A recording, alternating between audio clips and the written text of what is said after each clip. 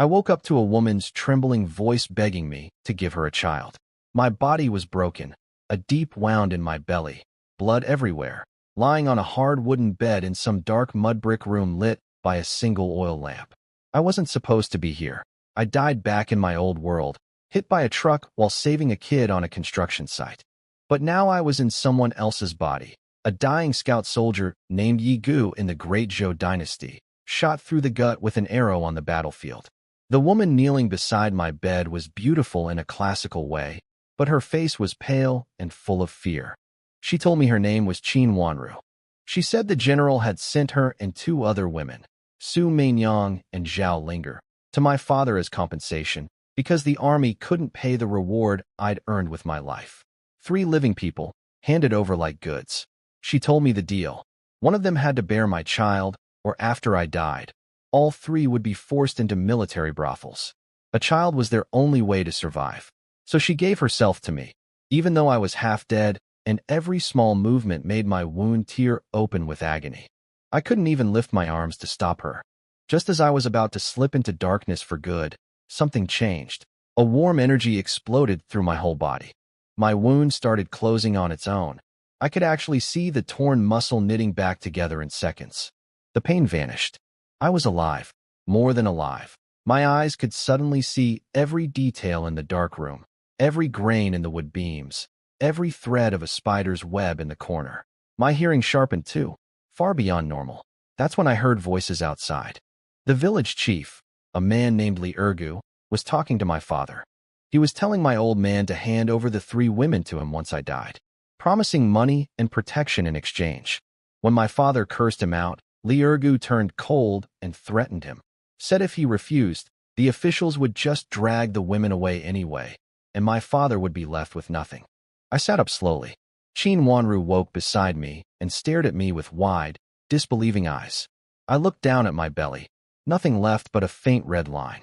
I clenched my fist and felt raw, explosive power surging through me. Take my women? I don't think so. Qin Wanru was still staring at me in shock when I got out of bed like nothing had happened. I pushed open the creaky door and stepped into the yard where the village chief Li Ergu was still harassing my father, trying to convince him to hand over the 3 women once I died.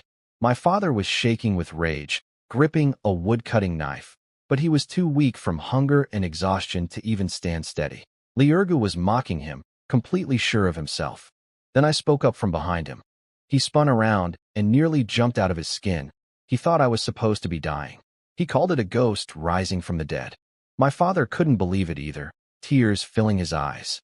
Li Ergu tried to act tough, puffing out his chest, saying I was just having a final burst of energy before death. I didn't bother arguing. I grabbed a broom from the wall and smacked him across the face so hard he spun like a top. He scrambled away on all 4s, screaming threats as he ran, saying I couldn't protect the women and they'd end up as military prostitutes. Once things calmed down, my father grabbed my arm, crying and asking about my wound. I told him a secret military medicine had worked. He didn't fully believe it, but seeing me standing strong, he let himself relax a little. I understood something clearly now. To survive in this brutal world, I needed to get stronger. And the key to that was the system. I needed more children. That's when the other 2 women showed themselves. Su Mingyang peeked out from behind a curtain, looking me up and down with her flirty peach blossom eyes. Zhao Linger came out from behind a woodpile, clutching a sharpened stick she'd been ready to fight with. All 3 of their fates depended on me now. Then my stomach growled loudly.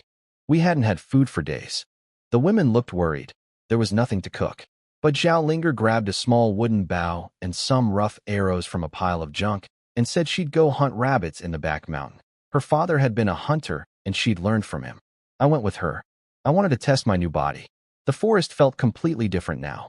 I could hear every tiny sound.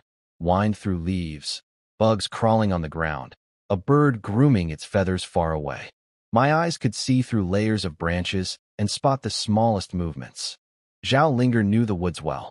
She set a rope trap and searched for wild chickens, but couldn't find anything in the thick brush. Meanwhile, I'd already spotted a fat gray rabbit hiding behind a tree, chewing on roots. I pointed it out, but she couldn't see it. I picked up a stone. Just as the rabbit sensed danger and tried to bolt, I flicked my wrist. The stone flew and hit it dead from 30 steps away. Zhao Linger's jaw dropped. She said it was better than even her father could do. I also knocked down a few pigeons on the way back. My first wife was pregnant now and needed proper nutrition. On the walk home, Zhao Linger chattered excitedly the whole way. I listened quietly, feeling the power flowing through my body, while checking the system panel in my mind. It still read, "Children, 1." 1 was far from enough. When Zhao Linger and I got back to the yard with the rabbit and pigeons, the women couldn't believe their eyes. Qin Wanru stopped cleaning and stared. Su Mingyang leaned against the doorframe, her eyes moving from the game to me. Qin Wanru praised Zhao Linger, but the girl's face went red and she shoved everything into my arms, gushing about how I'd killed the rabbit with a single stone from far away. She said I was better than her father. The other 2 women froze when they heard that. Just this morning, I'd been on death's door. I told them to stop standing around and start cooking.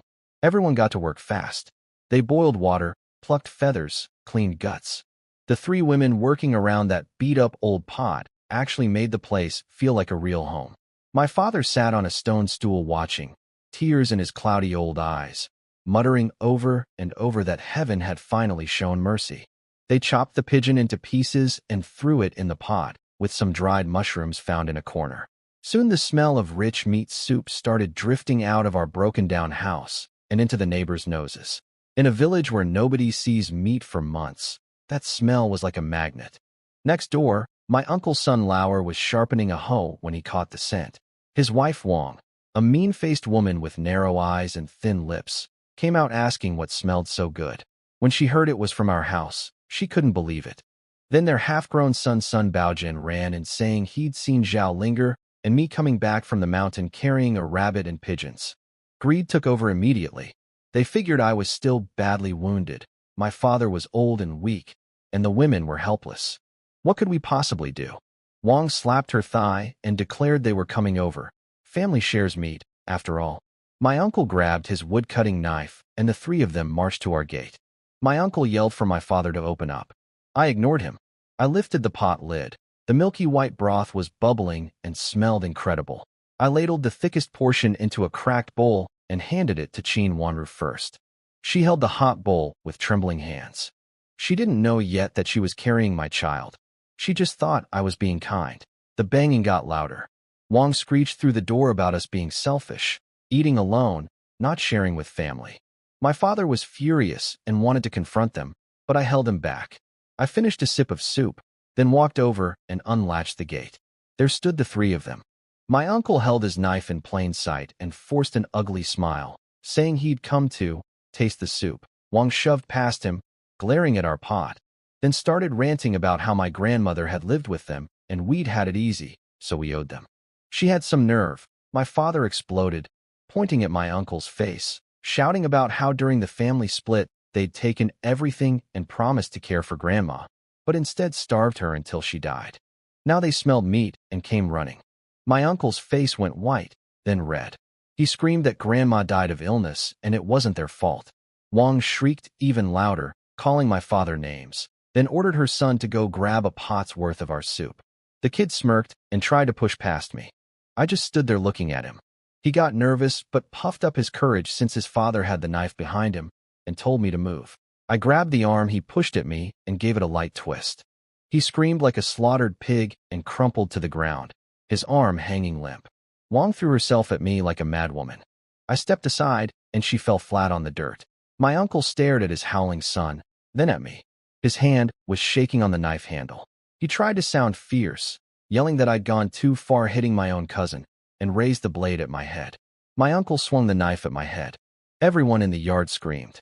My father cried out my name. I didn't move. At the last second, I raised my right hand and caught the blade between 2 fingers. The metal snapped clean off the handle and clattered to the ground. I broke a knife with 2 fingers, and they didn't even have a scratch. My uncle looked at the broken blade, then at my hand. His legs gave out. Wang was the first to react. She threw herself on the ground, kowtowing so hard her forehead slammed against the dirt, begging me to forgive them. My uncle dropped to his knees too, sobbing and calling himself worthless. I didn't even look at them. I just picked up the broken blade and glanced toward the yard wall. They got the message. They scrambled up, grabbed their howling son, and ran out of the yard without looking back. Things finally got quiet. Qin Wanru stood by the door, breathing hard, staring at my back. Zhao Linger ran up to me with stars in her eyes, calling me amazing. Su Meinyang was still leaning against the doorframe, but I could tell her look had changed. She wasn't just watching for fun anymore. She was calculating. She'd seen how easily I snapped that blade. She knew this wasn't normal strength. I could tell she'd made up her mind about something. At dinner, the whole family sat around the table drinking meat soup. It was the best meal anyone in this house had eaten in months. My father had 2 bowls, and some color came back to his face. But then he sighed and brought up the hard truth. We only had a few thin acres of farmland, barely enough grain for the year, and now 3 extra mouths to feed. How were we going to survive? Qin Wanru and Zhao Linger lowered their heads, gripping their bowls tighter. Su Meinyang just stared at me with those big eyes of hers. I finished my last sip of soup and told my father not to worry. I'd handle the food situation. All they needed to do was keep the house running and stay healthy. He wanted to argue but looked into my eyes and swallowed his words. He could tell his son was a different person since coming back from the edge of death. Later that night, I lay on my hard wooden bed and checked the system in my mind. A pale blue panel floated in the darkness. Body strength at 15, 3 times a normal person. 1 child, Qin Wanru, pregnant. The reward had been the body enhancement and instant healing. There was a shop feature, but it was still locked. The mission was simple: grow the family, have more children. 1 child had already tripled my strength and saved my life. What would happen with more? In a world where people's lives meant nothing, where even the village chief and my own uncle dared to bully us, only raw power could keep us alive. I needed to get stronger, and the way to do that was to have more children. While I was thinking, the door creaked open. Su Meinyang slipped in carrying a basin of hot water. She'd changed into a half-worn pink silk top that hugged every curve. She set the basin down and offered to help me wash up. Then she told me that the 3 women had talked it over that afternoon. They'd decided to take turns with me to help carry on the family line. Last night had been Qin Wanru. Zhao Linger was the youngest, so she'd go last. Tonight, Su Meinyang said with a smile, leaning close, it was her turn. I didn't know what to say. They'd actually worked out a schedule. I was technically still supposed to be a man recovering from a near-fatal wound. She saw me hesitating and reached for the ties on her clothes, telling me to just lie back and let her take care of everything. That night with Su Meinyang, the first attempt didn't work. The system told me the bloodline continuation had failed and to try again. She was already half asleep, completely spent. I asked her if she was in a hurry to sleep. Before she could figure out what I meant, I gave her the answer. By the time I was done, she couldn't move a finger and passed out cold. This time the system chimed differently. Success, a 2nd child conceived. And the reward was something called divine skill, 100 herbs mastery. Instantly, a flood of knowledge about plants and medicine poured into my brain. Thousands of herbs, how they looked, what they cured, where they grew, how to prepare them. Poisons, antidotes, tonics, even legendary spirit plants from old myths. I could smell the dandelion and bone-mending grass growing by our yard wall without even opening my eyes. In a world with almost no doctors or medicine, this skill was worth more than gold. The next morning, I walked out feeling great. Qin Wanru was at the well drawing water, looking pale and moving slowly. Early signs of pregnancy. I took the bucket from her and told her to rest. Zhao Linger bounced out full of energy, asking if we were going hunting again. I told her today we were gathering herbs instead. Su Meinyang came out too, walking a bit funny and holding her lower back. She blushed when she saw me, but her eyes were bright. She fixed my collar and whispered that she was mine now. I nodded and told her she needed herbal tonics to recover her strength, and so did Qin Wanru. Zhao Linger insisted on coming along to help carry things. So after breakfast, the 2 of us headed up the back mountain with an old basket. The forest looked completely different now. Every plant had a name, a use, a story. I pointed things out as we walked. Poisonous red berries under a tree, a fern called dragon scale growing in rock cracks that made excellent wound medicine when dried and ground, planting grass underfoot that could be boiled into tea for clearing heat. Zhao Linger's jaw kept dropping. She'd grown up in these mountains and thought she knew them, but most of what I was telling her she'd never heard of. I told her I'd learned it from a military doctor in the army. That was easier than explaining a magical system in my head. I found plenty of blood-nourishing herbs quickly, astragalus, angelica root, and even a patch of high-quality wild fleece flower root hidden on a cliff face. Any of these would fetch good money at a pharmacy in town. When we'd gathered enough, Zhao Linger wanted to practice throwing stones at birds. She tried copying what I'd done, aiming at a turtle dove on a branch, but missed every single throw. She stomped her feet in frustration. I walked up behind her, reached around her shoulder, and held her throwing hand. I showed her the technique. Power from the waist, steady wrist, release the force at the right moment. She went completely stiff. Her face turned so red it could fry an egg. Her heart was pounding, and she didn't hear a word I said. I guided her arm through the motion, and the turtle dove dropped from the tree. I stepped back and told her it was simple. She just stood there frozen, staring at her own hand like it still had my warmth on it. By the time she snapped out of it and picked up the bird, I'd already knocked down several more pigeons. We headed home loaded with herbs and game. But when we reached the village entrance, I spotted the village chief, Liurgu, lurking outside my family's gate again, peeking inside. Liurgu was leaning against our gate when we got back, eyeing the full basket on my back and the bleeding pigeons in Zhao Linger's hands. Jealousy was written all over his greasy face. He started running his mouth again, calling me a dead man walking, saying I was too broken to father children, telling me to hand over the 3 women while he was still being generous. Then his eyes stuck on Zhao Linger, and he licked his lips, saying he liked the young one and that I should be smart about it. I set my basket down without a word and slowly cracked my knuckles. The popping sound made his laugh die in his throat. Yesterday's broom mark on his face must have started aching again, because he stumbled backward, yelling that he was the village chief, and I'd regret touching him. I still didn't speak.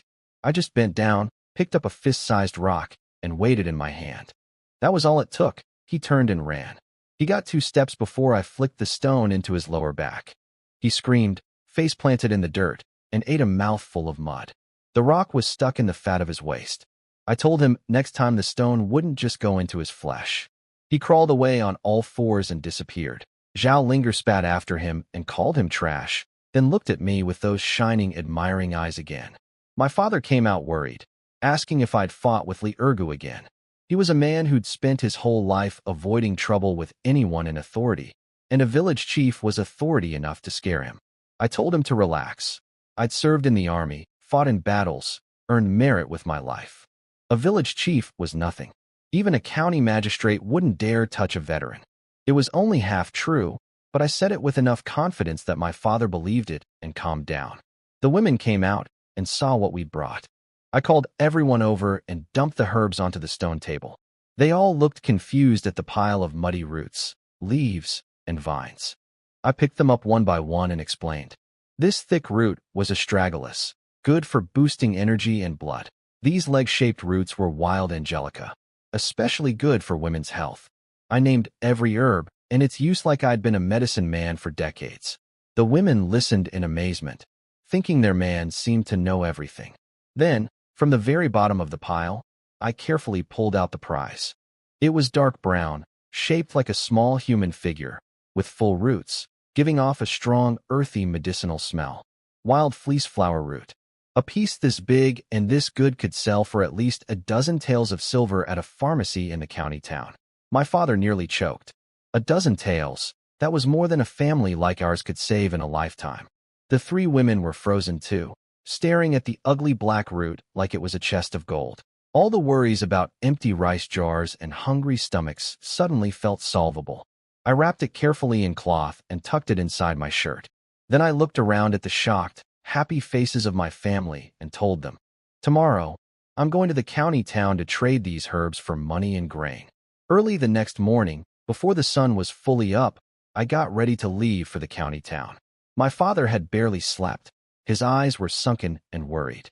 He grabbed my arm and asked me to wait a few more days, saying the road was long and my body had only just recovered. I patted his hand and told him I knew what I was doing. I had the fleece flower root wrapped in rough cloth and tucked safely inside my shirt. I told him Zhao Linger would come with me so I'd have company on the road, and that he should stay home and watch the gate. Zhao Linger's face lit up the second she heard she was coming along. The road to the county was nothing but yellow dirt, full of holes and ruts. We walked for about an hour before I noticed trouble ahead. At a bend in the road, a group of thugs were lounging under a crooked tree, blocking the path. There were 4 of them. Their leader was a rough-looking man with one eye and a nasty knife scar running down his face. The second he saw Zhao Linger, young, fresh-faced, in her short practical outfit, his single eye filled with something ugly. A skinny rat-faced one let out a long whistle and stepped into the middle of the road, grinning. He called her little sister and offered to escort her to the county town. Zhao Linger went white. She ducked behind me and grabbed the back of my shirt with both hands, her fingers shaking. I could feel her pressing against my back, trying to make herself as small as possible. I stopped walking and looked at them calmly. The one-eyed leader stood up, swinging a short wooden club, and sized me up. He saw my rough peasant clothes, figured I was nobody, and told me the deal. Leave the girl with them for some fun, and I could walk away in one piece. I didn't answer. I stepped to the side of the road, grabbed a tree branch about as thick as my forearm, and snapped it off. I bounced it in my hand a couple times, getting the feel of the weight. The 4 of them burst out laughing. One of them slapped his knee and asked if I was seriously planning to fight them with a stick. Called me crazy. The one-eyed man raised his club and charged at me, mid-sentence, not even finishing his threat. His club came down toward my skull. My branch moved faster. It whistled through the air and struck the exact point on his wrist where the bones meet. I heard the crack clearly, his wrist shattered. The club flew out of his grip and he collapsed to his knees, howling, cradling his hand that now bent at a wrong angle. The other 2 hadn't even processed what happened. I stepped forward and whipped the branch left and right. 2 sharp strikes, one to each man's kneecap. They went down simultaneously, faces twisted in agony, rolling in the dirt, clutching their legs. They didn't even manage to scream before they hit the ground. The skinny rat-faced one was the last standing. His legs turned to jelly. A dark stain spread down the front of his pants and a sour stench hit the air. He'd pissed himself. He spun around and bolted. I flicked my wrist and sent the branch flying after him like an arrow. It struck him square between the shoulder blades. He pitched forward face first into the dirt and didn't move. Out cold. For men. A few breaths of time. One tree branch. Zhao Linger was still standing behind where I'd been, her mouth hanging open wide enough to fit a whole egg. She stared at the groaning bodies on the ground, then at me, then back at the bodies. I tossed away the broken stub of the branch, dusted off my hands, and told her to keep up. She snapped out of it and scrambled after me, and I could feel her eyes burning into my back the whole way, pure worship. The county town was bustling and noisy, packed with people, shops, and carts. Zhao Linger's head swiveled in every direction trying to take everything in, but I didn't let her wander. I walked straight to the biggest pharmacy in town, a well-known place called Jishitang, Hall of Saving the World. Big name, as it turned out, for a crooked business. Inside, the air was thick with the bitter smell of dried herbs. A clerk with a thin goatee was half asleep on the counter. He cracked one eye open when we walked in, took one look at our dusty peasant clothes, and didn't bother sitting up. He asked in a bored voice whether we were here to see a doctor or buy medicine. I told him I was selling. I placed the cloth-wrapped fleece flower root on the counter and unwrapped it. The clerk glanced at the dark, human-shaped root, and I caught it. A quick flash of greed in his eyes before he buried it. He picked it up carelessly, turned it over, sniffed it, then tossed it back onto the counter like it was garbage. He told me it was just an overgrown wild lump, bad shape, most of the medicinal value already gone. Then he held up one finger, one tail of silver. Take it or leave it. Zhao Linger's face puffed up with anger, and she was about to explode at him, but I put my hand on her shoulder to stop her. I didn't argue about the price. Instead, I turned around and looked at the medicine cabinets lining the walls. I pulled open a drawer and picked up a piece of fritillary. I told the clerk it was fake. The color was dull, the taste bitter instead of sweet. It was cheap ground beetle shell being sold as expensive Sichuan fritillary. Then I pointed to another drawer.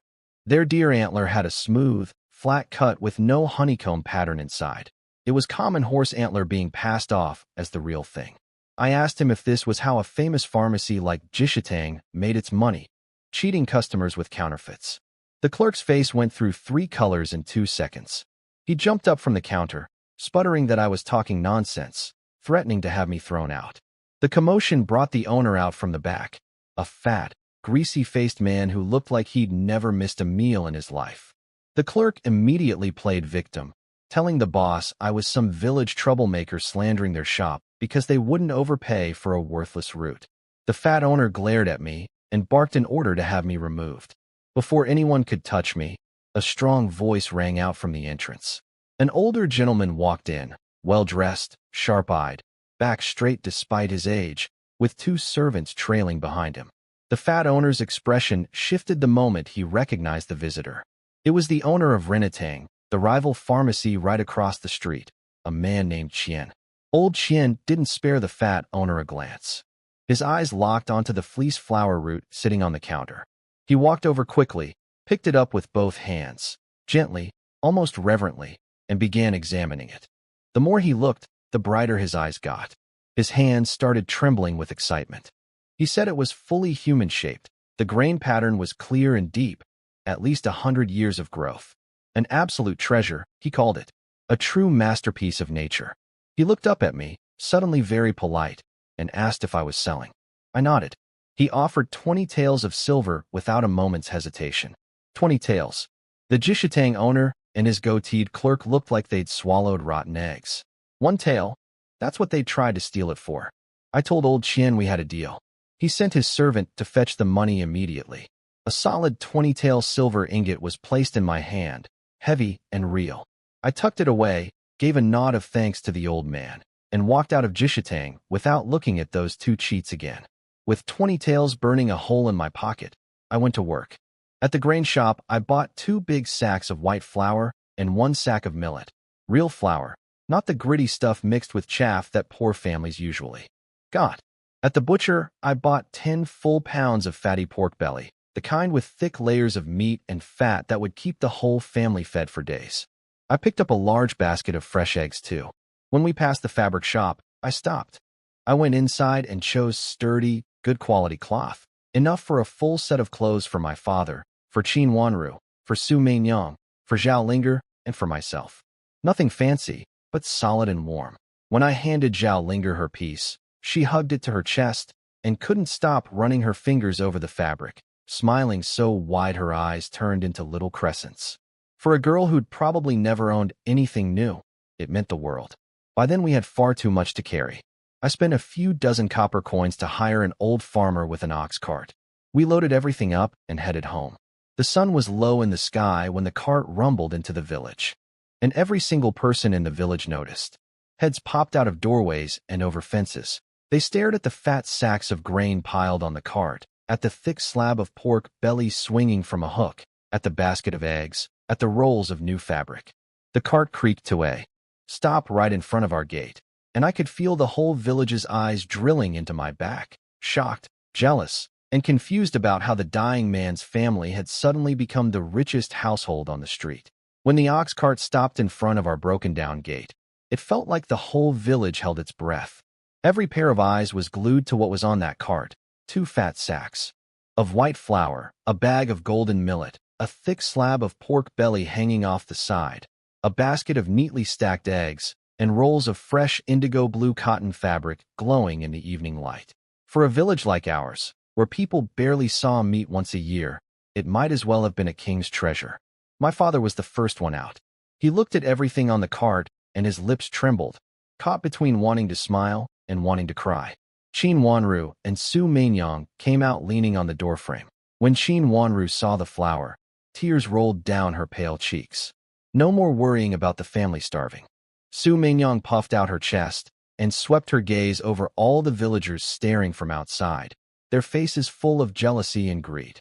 She looked satisfied, like she finally believed this man could give them a real future. Zhao Linger had already jumped off the cart, hugging her new fabric with her chin held high. Then the crowd started closing in around our gate. An old woman with white hair and a face wrinkled like tree bark hobbled forward first, tapping her cane on the ground. Zhang Pe, the village's biggest gossip and busybody. She put on a sweet voice, saying how wonderful it was that I'd come into money, reminding me not to forget my roots, that we were all neighbors and family here. Then others chimed in, one after another. Share some meat with us. We watched you grow up. Don't be selfish. We're all village folk. Their greedy faces didn't even try to hide it. My father, honest man that he was, started fumbling and smiling nervously, trying to smooth things over. He could never handle confrontation. I cut him off. I paid the cart driver, then started unloading without a word. I threw a full sack of flour over my shoulder like it weighed nothing and carried it into the yard. Then the heavy slab of pork. I didn't look at a single villager the entire time. My silence, and the casual strength I showed lifting those heavy loads, made the noise die down on its own. They were all remembering my cousin's twisted arm and the stone I'd buried in Liurga's back. Once everything was inside, I finally turned around and faced them. I looked at Zhang Pu and asked her about being neighbors. Then I asked where all these wonderful neighbors were when my grandmother was bedridden and dying at my uncle's house. Did any of them visit her? Did any of them bring her a single bowl of rice porridge? Where were they when Liurgu came to our door trying to steal my women? Did any of these uncles and aunties speak up for us? When my father swallowed his pride and went door to door begging for a handful of grain, did any of them open up? Now that we finally had something, they wanted to talk about being family. I asked them where their shame was. My voice was calm. I wasn't shouting, but every word landed like a whip across their faces. Zhang Pu turned red from her neck to her forehead, gripping her cane, unable to say a single thing back. The whole crowd went dead silent. I turned around, picked up a brand new cleaver I'd bought in town, walked to the gate, and slammed it into the wooden doorframe. The blade buried itself deep in the wood with a sharp crack, the metal still humming from the impact. Every villager jumped back a full step. I told them I was setting new rules for the Sun family, starting today. You want food? Fine. 1 full load of dry firewood gets you 2 bowls of flour. Half a day's labor on our walls or fields gets you a portion of pork. Fair prices, honest trade, bring something to exchange. I pulled the cleaver out of the frame and weighed it in my hand. Anyone who wants something for free, or anyone thinking about trying something clever, they can take it up with this blade first. Dead silence outside the gate. Zhang Pu was the first to crack. She spat on the ground, muttered something about not needing our charity, and hobbled away with her cane. The rest followed in small groups, grumbling sour words under their breath, slinking off with their tails between their legs. The show was over. That night, for the first time ever, the smell of real cooking filled our mud brick house. On the old square table sat a big bowl of braised pork, a plate of scrambled eggs, a pot of steaming meat soup, and a pile of soft white flour buns. My father held his bowl with shaking hands. In his entire life, he'd never had a meal this good. Qin Wanru and Su Meinyang ate quietly, eyes rimmed red with emotion. Only Zhao Linger ate without a care in the world, cheeks stuffed full, mumbling between bites that the meat I'd cooked was delicious. After dinner, my father pulled me aside and whispered his worry. I'd offended the entire village today. How were we supposed to live here after this? I looked at his anxious, weathered face and told him the truth. When we were the nice family, everyone walked all over us. Now that we're the family nobody wants to mess with, we'll actually have peace. Better to be feared and alive than liked and dead. He stared at me for a long time, not fully understanding, then let out a long sigh. Late that night, after everyone was asleep, I heard the faintest, most hesitant knock at the gate. I got up and went to check. Outside stood Goshing, the poorest, most timid man in the whole village. He was clutching a bundle of firewood almost bigger than himself, tied up tight and neat. When he saw me, he flinched so hard he nearly dropped the whole thing. He stammered in a voice barely louder than a mosquito, saying he'd heard my rules and wanted to trade his firewood for 2 bowls of flour. His wife had been sick for days, and they'd run out of food completely. I looked at him. Then I looked at that bundle of firewood, probably everything he had. I didn't say anything. I went back inside. A moment later, I came out with a small cloth bag and pushed it into his arms. He squeezed it. 5 or 6 pounds of flour at least, way more than what the firewood was worth. His hands were shaking, his eyes wide. He tried to say something. I told him to take it home and make some porridge for his wife. Then I closed the gate. After Goshing disappeared into the night with his flour, I closed the gate and looked around at my family.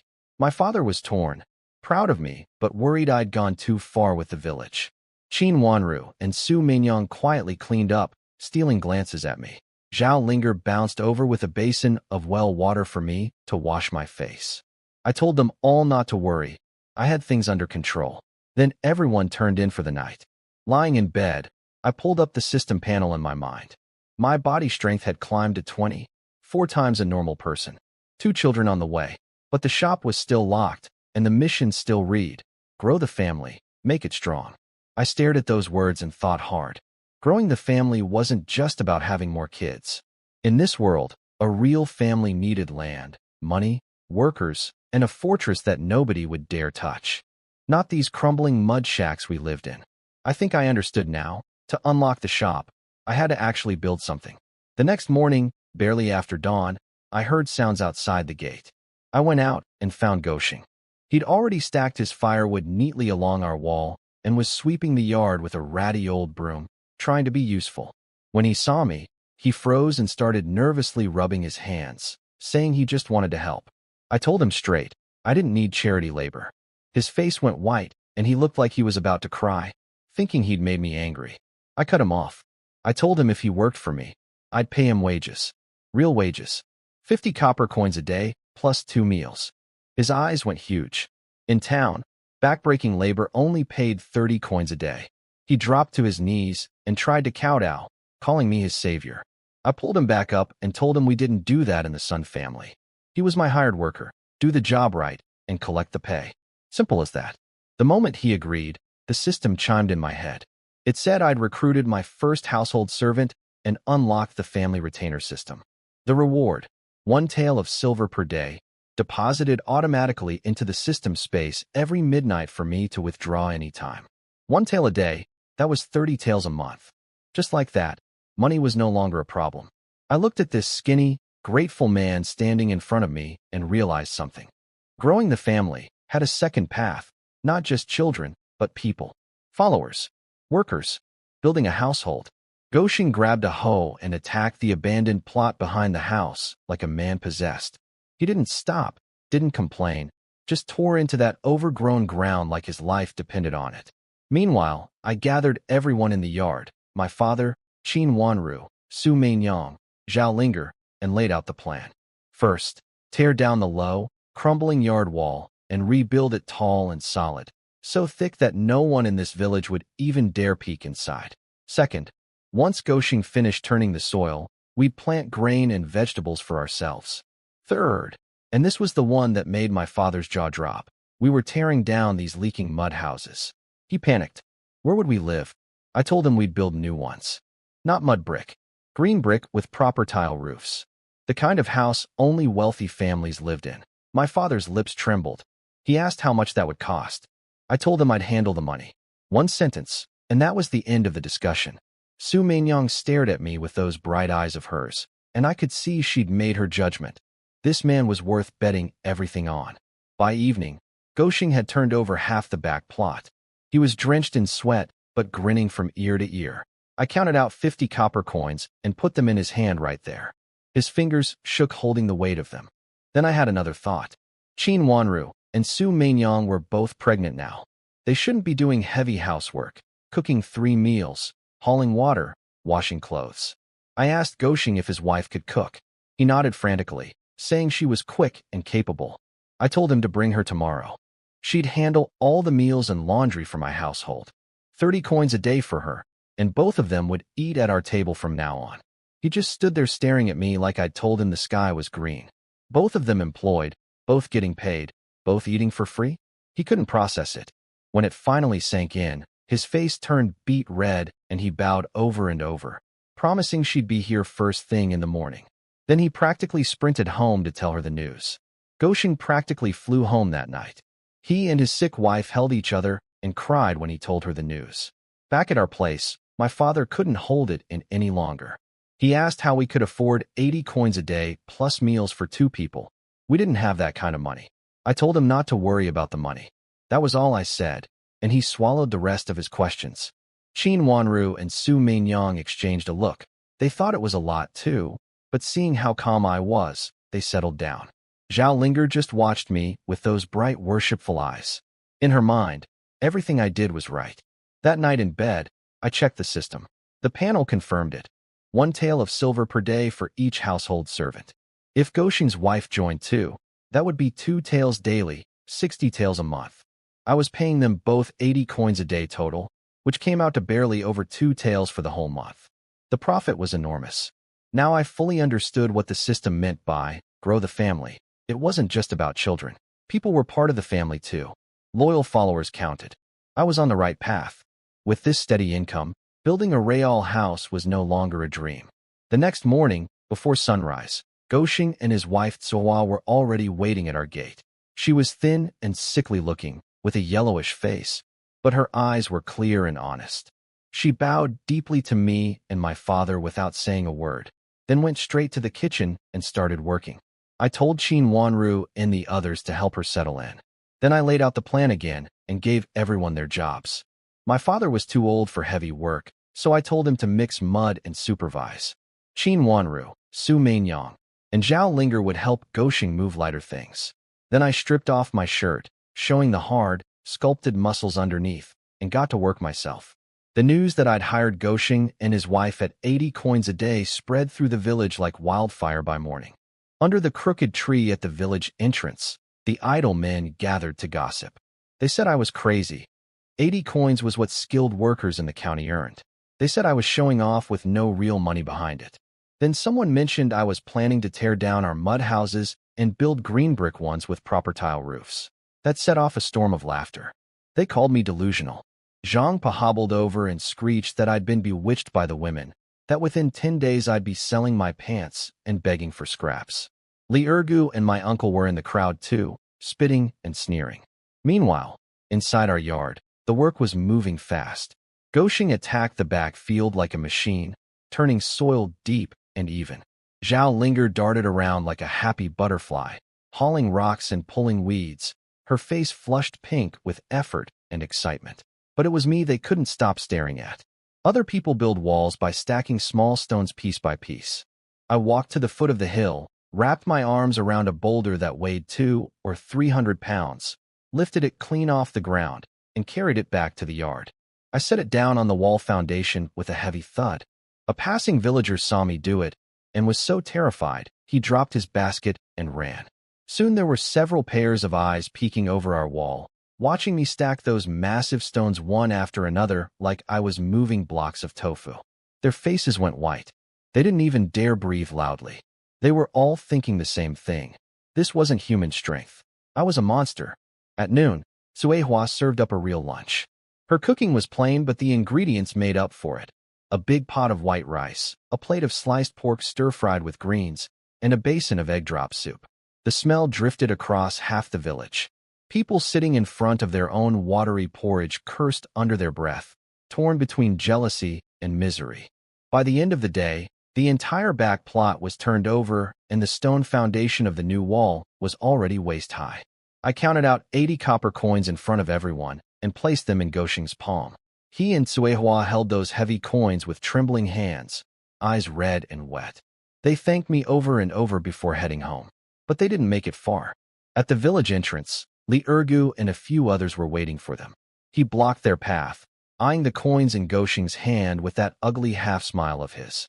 He told Goshing that working for me meant going against the whole village, and to think carefully about that. Then he leaned in close and dropped his voice to a threat. I couldn't protect Goshing forever, and he and his wife still lived in this village.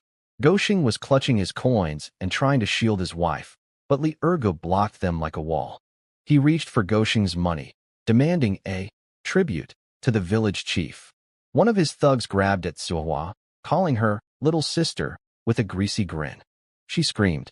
Goshing snapped and threw his skinny arms out to protect her, yelling at them to back off. Li Ergu raised his hand to slap him. His hand never landed. I caught his wrist from the side. I'd followed Goshing and Suehua when I noticed them taking too long to get home. I squeezed just a little. The bone popped out of place. Li Ergu shrieked and dropped to his knees, sweat pouring down his face. The other thugs froze when they saw me. I let go of Li Ergu and turned to the one who'd grabbed at Suehua. He was already on his knees, slamming his forehead into the dirt, begging for mercy. I crouched down in front of him and asked which hand he'd used to touch her. He was shaking so hard, he could barely raise his right hand. I took his wrist and twisted it. The crack echoed through the air. He fainted from the pain without even managing to scream. The remaining 2 thugs wet themselves and scrambled away on all fours. I walked Goshing and Suehua home to their little shack. I didn't look back at the men on the ground. At their door, Goshing's lips trembled for a long time. Then he pulled Suehua down with him, and the two of them knelt toward my back and knocked their heads on the ground 3 times. Back home, I checked the system. It said I'd successfully protected my household followers. Family prestige went up by 10 points. Goshing's loyalty hit 95 out of 100. Suehua's reached 90. 2 servants now, earning me 2 taels of silver every day. I understood something deeper now. Money was the foundation, but loyalty, people's hearts, that was the real fortress. My father was pacing the yard, face twisted with worry. The moment I came out, he whispered urgently, "I'd broken another person's hand, this time more seriously." That was the kind of thing that brought officials to your door. I sat him down and asked him honestly, "Did being quiet and obedient ever make our lives any better?" He couldn't answer. I told him we used to be sheep, and everyone took a bite whenever they felt like it. Now I was going to be the wolf of this village. As for Li Ergu going to the authorities, he wouldn't dare. If he reported me, I'd report every dirty thing he'd done to the county magistrate. We'd see who came out worse. My father looked at me for a long time, and somehow, for the first time, his worry actually faded. After dinner, we talked about the house. I told them I'd go to the county tomorrow to hire the best builders and buy green bricks and timber. We'd start laying the foundation right away. My father hesitated, saying we shouldn't rush something this big. So I reached into my shirt and put a 10-tael silver ingot on the table. It gleamed under the oil lamp. My father and all 3 women stared at it without blinking. Nobody had any more questions after that. The next morning, before dawn, I was getting ready to head to town. Goshing and Suehua were already at our place. She was cooking in the kitchen. He was grabbing tools to keep building the wall. I was just about to step out when someone pounded on the gate. Hard, fast, aggressive knocking. My father's face went pale. I frowned, walked over, and opened the gate. It wasn't anyone from the village. 4 men stood there, dressed in black, swords on their belts, hard, mean faces. Government runners. The one in front held an iron chain in his hand and looked at me sideways. Behind them, grinning from ear to ear, was Li Ergu. His broken wrist was wrapped in cloth and hanging from a sling across his chest. With his good hand, he pointed straight at me. "Officers, that's him. He attacked me for no reason yesterday and broke my hand." The gate swung open and 4 government officers stood there in black uniforms, swords on their hips, looking like storm clouds. The lead officer, a man called Constable Wong, rattled an iron chain in his hand. Behind them, Li Ergu was grinning with his broken wrist in a sling, pointing at me with his good hand, screaming that I was a violent criminal who needed to be locked up. My father's legs nearly gave out. Chin Wanru and Su Meinyan grabbed him from both sides, their own faces white as paper. Goshing and Suehua were trembling behind us. Suehua could barely stand. Outside the gate, villagers crowded in to watch, necks craned, faces full of satisfaction. Zhang Pa pushed her way to the front, cackling about divine justice and karma catching up with me. I stepped forward calmly, putting myself between the officers and my family. Constable Wong looked me up and down. He asked if I was Sun Yi, said Li Ergu had accused me of assault, and asked if it was true. I said yes. One word. Everyone froze. My father nearly had a heart attack. Li Ergu was overjoyed, yelling at the officers to chain me up immediately. But before Constable Wong could move, I spoke again. I asked him a simple question. Under the laws of the Great Zhou dynasty, what was the punishment for robbing someone's wages in broad daylight and harassing a married woman? That stopped him cold. I pointed to Goshing and Suehua behind me. I explained clearly, they were my hired workers. Yesterday evening, after I'd paid them their honest wages, Li Ergu and his gang blocked them at the village entrance, tried to steal their 80 coins, and one of his men grabbed at Suehua's clothes. I protected my own people. What crime was in that? I told the constable he was welcome to ask the couple or ask the villagers who'd been watching from a distance.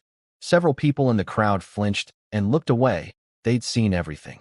Li Ergu panicked. He stammered that he was just joking around with Goshing. I cut him off. Since when does a joke involve snatching money and pawing at someone's wife? Constable Wong clearly believed me, but he'd taken Li Ergu's bribe to come out here. So he hardened his face and said regardless of the reason, I had no right to take the law into my own hands. He ordered his men to chain me. I raised my hand to stop them. I didn't look at the two officers coming toward me. I looked straight at Constable Wong and mentioned, casually, that I'd visited Renatang Pharmacy in the county just the other day. The name Renatang made him pause. Everyone in the county knew that old Chien, the owner of Renatang, was close to the county magistrate. He'd cured the magistrate's mother's long-term illness. I wasn't threatening. I was just letting Constable Wong know that I had connections. Then I mentioned, just as casually, that old Chien had paid me well for a rare herb. I pulled a small silver ingot from my shirt and weighed it in my palm, letting the morning light bounce off it. Li Erga's eyes went red with jealousy. Constable Wong's breathing got heavier. He'd come all this way for the 500 copper coins Li Ergu had slipped him. That was nothing compared to what I was holding. I told the constable that Li Ergu was village trash, and breaking his hand was doing the community a favor. If the constable still wanted to arrest me, that was fine. I wouldn't resist. Then I held out the silver ingot and said it was a small token for their trouble, team money for the wasted trip. Constable Wong stared at that silver. His throat bobbed. That little ingot was enough for several nights at the best restaurant in the county. Li Erga shrieked that it was bribery, that it should make my crime worse. Constable Wong spun on him with murder in his eyes and told him to shut his mouth. He snatched the silver from my hand so fast you'd think it might disappear, stuffed it in his shirt, and his whole attitude changed instantly. He announced, loudly enough for everyone to hear, that after careful consideration, the incident was clearly Li Erga's fault for starting trouble. My actions were justified self-defense. Case closed. Every villager's jaw hit the ground. Li Erga stood there like he'd been struck by lightning. Before he could stammer out a protest, Constable Wong marched over and kicked him in the shin. Li Erga screamed and crumpled. The constable kicked him twice more, calling him a village troublemaker who wasted the government's time, and threatened to throw him in jail if he caused problems again. Li Ergu crawled away without looking back. The whole dramatic arrest turned into a comedy in minutes. Constable Wong straightened his uniform, gave me a respectful salute, and told me that if I ever had trouble in the village, I could come find him at the county office. He was offering friendship now. I thanked him politely. He nodded, gathered his confused-looking men, and left. The yard went completely silent. Every villager stared at me like I was some kind of creature they'd never seen before. Zhang Po's mouth was hanging open, her talk of karma stuck in her throat.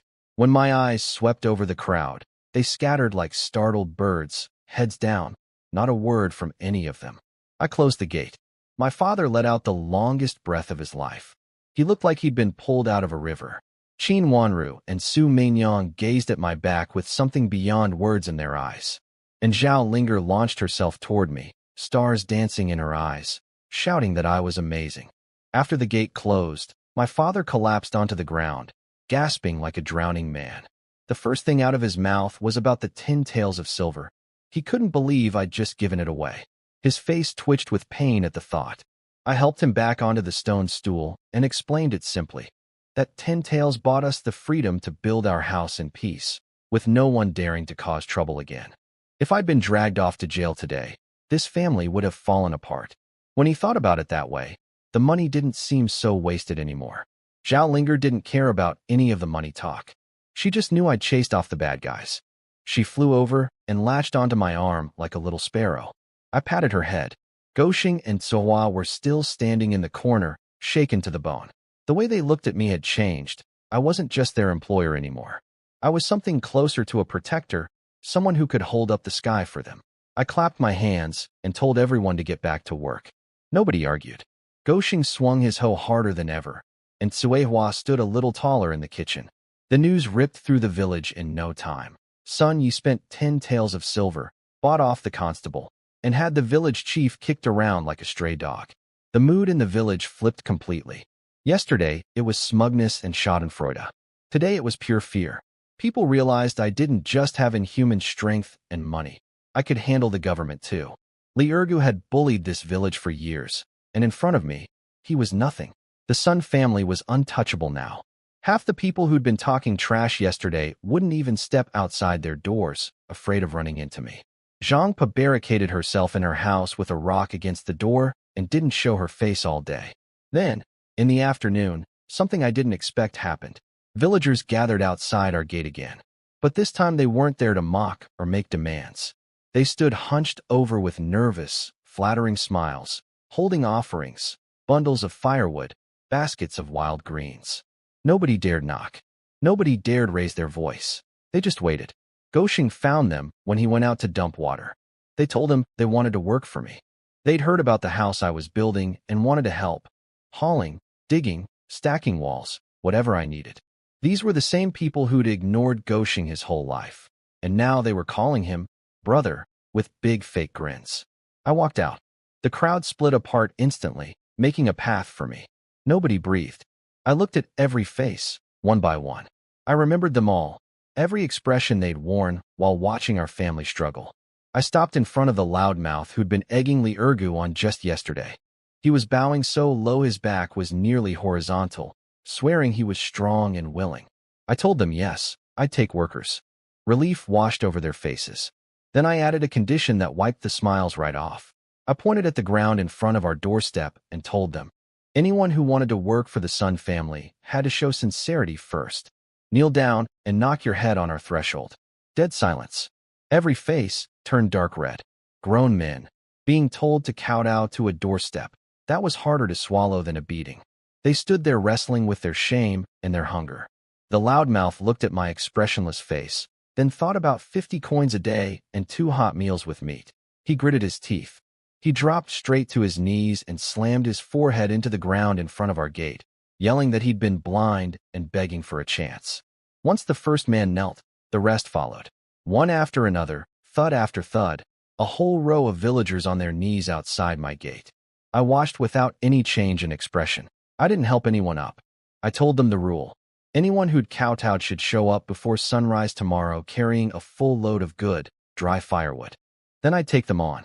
I turned around, walked back inside, and shut the gate. The next morning, they came.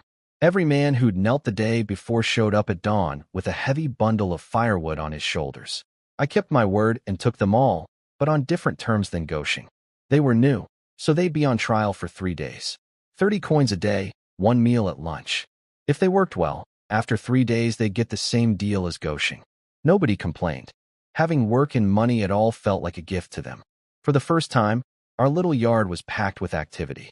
Over a dozen strong men working together, some stacking wall stones, some turning soil. Progress that would have taken us weeks was happening in days. I put Goshing in charge of supervising them all. I pulled him aside before leaving and told him straight. Anyone who slacked off or tried anything funny, throw them out on the spot. Not a single coin paid. He thumped his chest and swore I could count on him. The man was completely loyal now. With everything at home running smoothly, I changed into clean clothes and headed to the county town alone. In the county town, I went to the labor market, a place where people were bought and sold.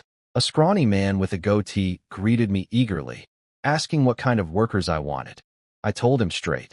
The village men were useless slackers. I needed people bound by permanent contracts who'd actually work hard. He showed me a backyard full of refugees from a disaster area, thin, hollow-eyed, beaten down. I shook my head. I had enough rough laborers. What I needed was something else. I asked if he had any clean women. He got that knowing grin and led me to a separate room with 3 or 4 young women. They were tidied up and decent looking, but every one of them had that same scared, broken look. That wasn't what I wanted. The mothers of my future children needed to have some spirit in them. He could tell I wasn't impressed, so he lowered his voice and said he had something special, but expensive. He took me to a locked shed out back and opened the door. Inside, sitting on a pile of straw, was a girl around 17 or 18. Her face wasn't stunning, but there was something about it that grew on you. And her eyes. Even though she was frightened, there was a stubborn spark deep down that refused to die. The dealer said she was a scholar's daughter. Family had gone bankrupt, she could read and write, and she was untouched. He wanted 20 taels. After giving 10 to Constable Wong, I didn't have enough on me. I turned and walked out without haggling. The dealer chased after me offering to negotiate, but I just said I'd come back another time. I knew how this game worked. The more eager you looked, the more they'd squeeze you. Better to let him stew for a few days. I picked up 5 pounds of pork and 20 eggs at the market, then headed home. When I got back, the yard was a mess, but not the good kind. The dozen-plus village men I'd hired were lounging around in corners, chewing on grass stems, chatting, tools abandoned. Goshing was pacing with a stick in his hand, face dark with frustration. He'd been yelling himself hoarse trying to get them to work, but the second he turned his back, they stopped. The moment they saw me walk in, they scattered like roaches and grabbed their tools, pretending to be busy. Goshing rushed over, face burning with shame, apologizing for not being able to control them. Only one man was still actually working, quietly mixing mud in a far corner. His name was Sun Dazhuang, a loner from the east end of the village. Honest type, kept to himself.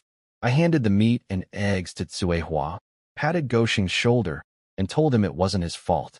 Then I walked up to the group of slackers and said, calmly, that starting tomorrow they didn't need to come back. One loudmouth puffed up and demanded his day's pay. I stepped up to him. He was taller than me, but he backed up a step without realizing it. I asked him how much work he thought he'd actually done, told him to figure it out himself, and then told them all to get out. They cursed under their breath, but didn't dare push it. They left. I walked over to Sun Dazhuang and offered him the full deal, 50 coins a day, 2 meals. His head shot up in disbelief. I didn't explain further. Then I pulled Goshing aside and promoted him. From today, he was the head of the Sun household, in charge of hiring, managing workers, and giving orders. Sun Dazhuang reported to him, and his pay was doubled to 100 coins a day. Goshing started shaking, not from fear, from pure emotion. He dropped to his knees. This time I didn't pull him up. He swore that his life and Tsuehua's belonged to the Sun family, that he'd run this household until there wasn't a single thing out of place. That was exactly what I needed to hear. Later that evening, Qin Wanru knocked on my door and came in with hot water, offering to help me rest. I noticed something and asked her directly. Had her monthly cycle been late? She stiffened, then nodded shyly, saying it was about 10 days overdue. She thought it was just stress. I took her wrist and felt her pulse. Then I told her the truth. She was pregnant. She froze completely. Then the tears came. She covered her mouth, trembling, asking if it was really true, if she was really going to have my child. For her, this baby meant everything. It meant she truly belonged to this family. She threw herself into my arms and cried. I held her and patted her back until she calmed down. Then she wiped her eyes, looked up at me with an odd mix of apology and determination, and said she'd go get Su Meinyang. Before I could respond, she was out the door. Su Meinyang came in shortly after, swaying her hips, those pretty eyes already sparkling. She'd heard the good news and was happy for Qin Wanru. I waved her over and told her to give me her wrist too. She looked confused but sat down and let me check her pulse. I looked up at her and told her it was the same. She blinked. I said it plainly. She was pregnant too. Her hand went straight to her flat belly, eyes wide.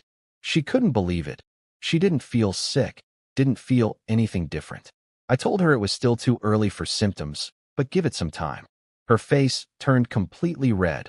Shock and joy mixed together, and underneath that flirty surface, I caught a glimpse of something softer, something motherly. I pulled both of them close and told them the new rule. They were precious now. No more housework, no more heavy lifting. Their one job was to rest, eat well, and give the Sun family 2 healthy babies. After they left, glowing with happiness, I checked the system. Goshing's loyalty had hit 100. Tsuehua's too. Sun Dazhuang was at 60, new but promising. 3 household servants now. Goshing earning me 2 taels a day, Tsuehua 2 taels, Sun Dazhuang 1 tael. Total daily income from the system, 5 taels of silver. Every single day, I figured out something important about the system that night. When a servant's loyalty hit the maximum of 100, their daily silver reward doubled. Goshing and Tsuehua had both maxed out, so they went from 1 tael each to 2 taels each. Sun Dazhuang, being new, still earned me 1 tael. That meant 5 taels of silver flowing in every single day. I did the math in my head. The scholar's daughter at the labor market cost 20 taels. For days, and I'd have enough. Then I'd go back and see how tough that goatee dealer wanted to negotiate. The next morning at breakfast, I set down my chopsticks and told my father the news. Both Qin Wanru and Su Meinyang were pregnant. His chopsticks clattered onto the table. His wrinkled old face went blank, then confused. Then his cloudy eyes lit up brighter than I'd ever seen. He shot to his feet and started pacing in circles, repeating over and over that the Sun family had heirs now. Then he sat back down and wiped tears with his rough hands, laughing and crying at the same time. The news blew through the village like a storm. People couldn't believe it. The man who could fight, who had money, who could buy off government officers, now had 2 wives pregnant at the same time. The looks aimed at our little yard shifted again. Fear was still there, but now it was mixed with a deep, burning envy. Liurga heard about it too. He was lying in bed, nursing his broken wrist, when someone told him. He sat bolt upright, refusing to believe it. In his twisted mind, he decided it had to be fake. I was just spreading lies to boost my reputation. A vicious plan formed in his head.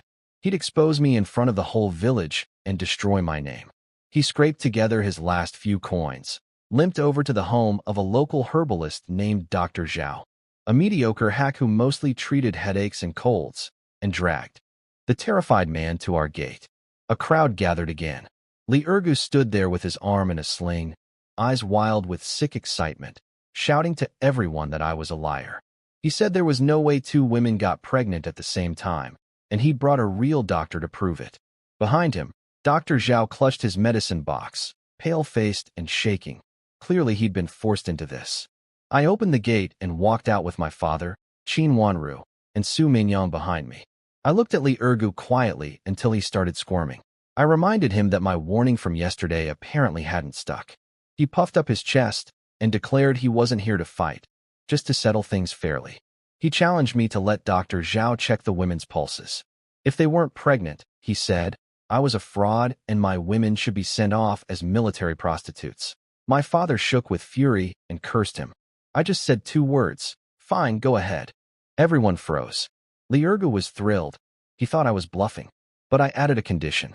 If Dr. Zhao confirmed both pregnancies, Liurgu had to kneel right there and kowtow 3 times to each woman, 6 total, as an apology. In front of the whole village. His face twitched. Kowtowing to 2 women in public? That was worse than death for a man like him. But he was so sure he'd win that he agreed instantly. I brought out a stool for Qin Wanru and rolled up her sleeve myself. Dr. Zhao shuffled forward, placed 3 trembling fingers on her wrist, and closed his eyes. A few heartbeats passed. His expression changed. Cold sweat dripped down his forehead. He opened his eyes in shock and checked the pulse again. Liurgu was screaming at him to hurry up. The doctor ignored him, glanced at me with something close to awe, then moved to Su Mingyang. He barely needed to touch her wrist before he pulled away. Liurgu was practically hopping up and down, yelling at him to speak. Dr. Zhao took a deep breath, bowed respectfully to me, then turned to the crowd and announced in a loud, clear voice. Both women had the smooth, rolling pulse of pregnancy. Both confirmed. Both carrying children. The crowd erupted. Liurgu stood frozen, mumbling that it was impossible. I walked up to him and told him it was time to keep his promise. His whole body was shaking like a leaf.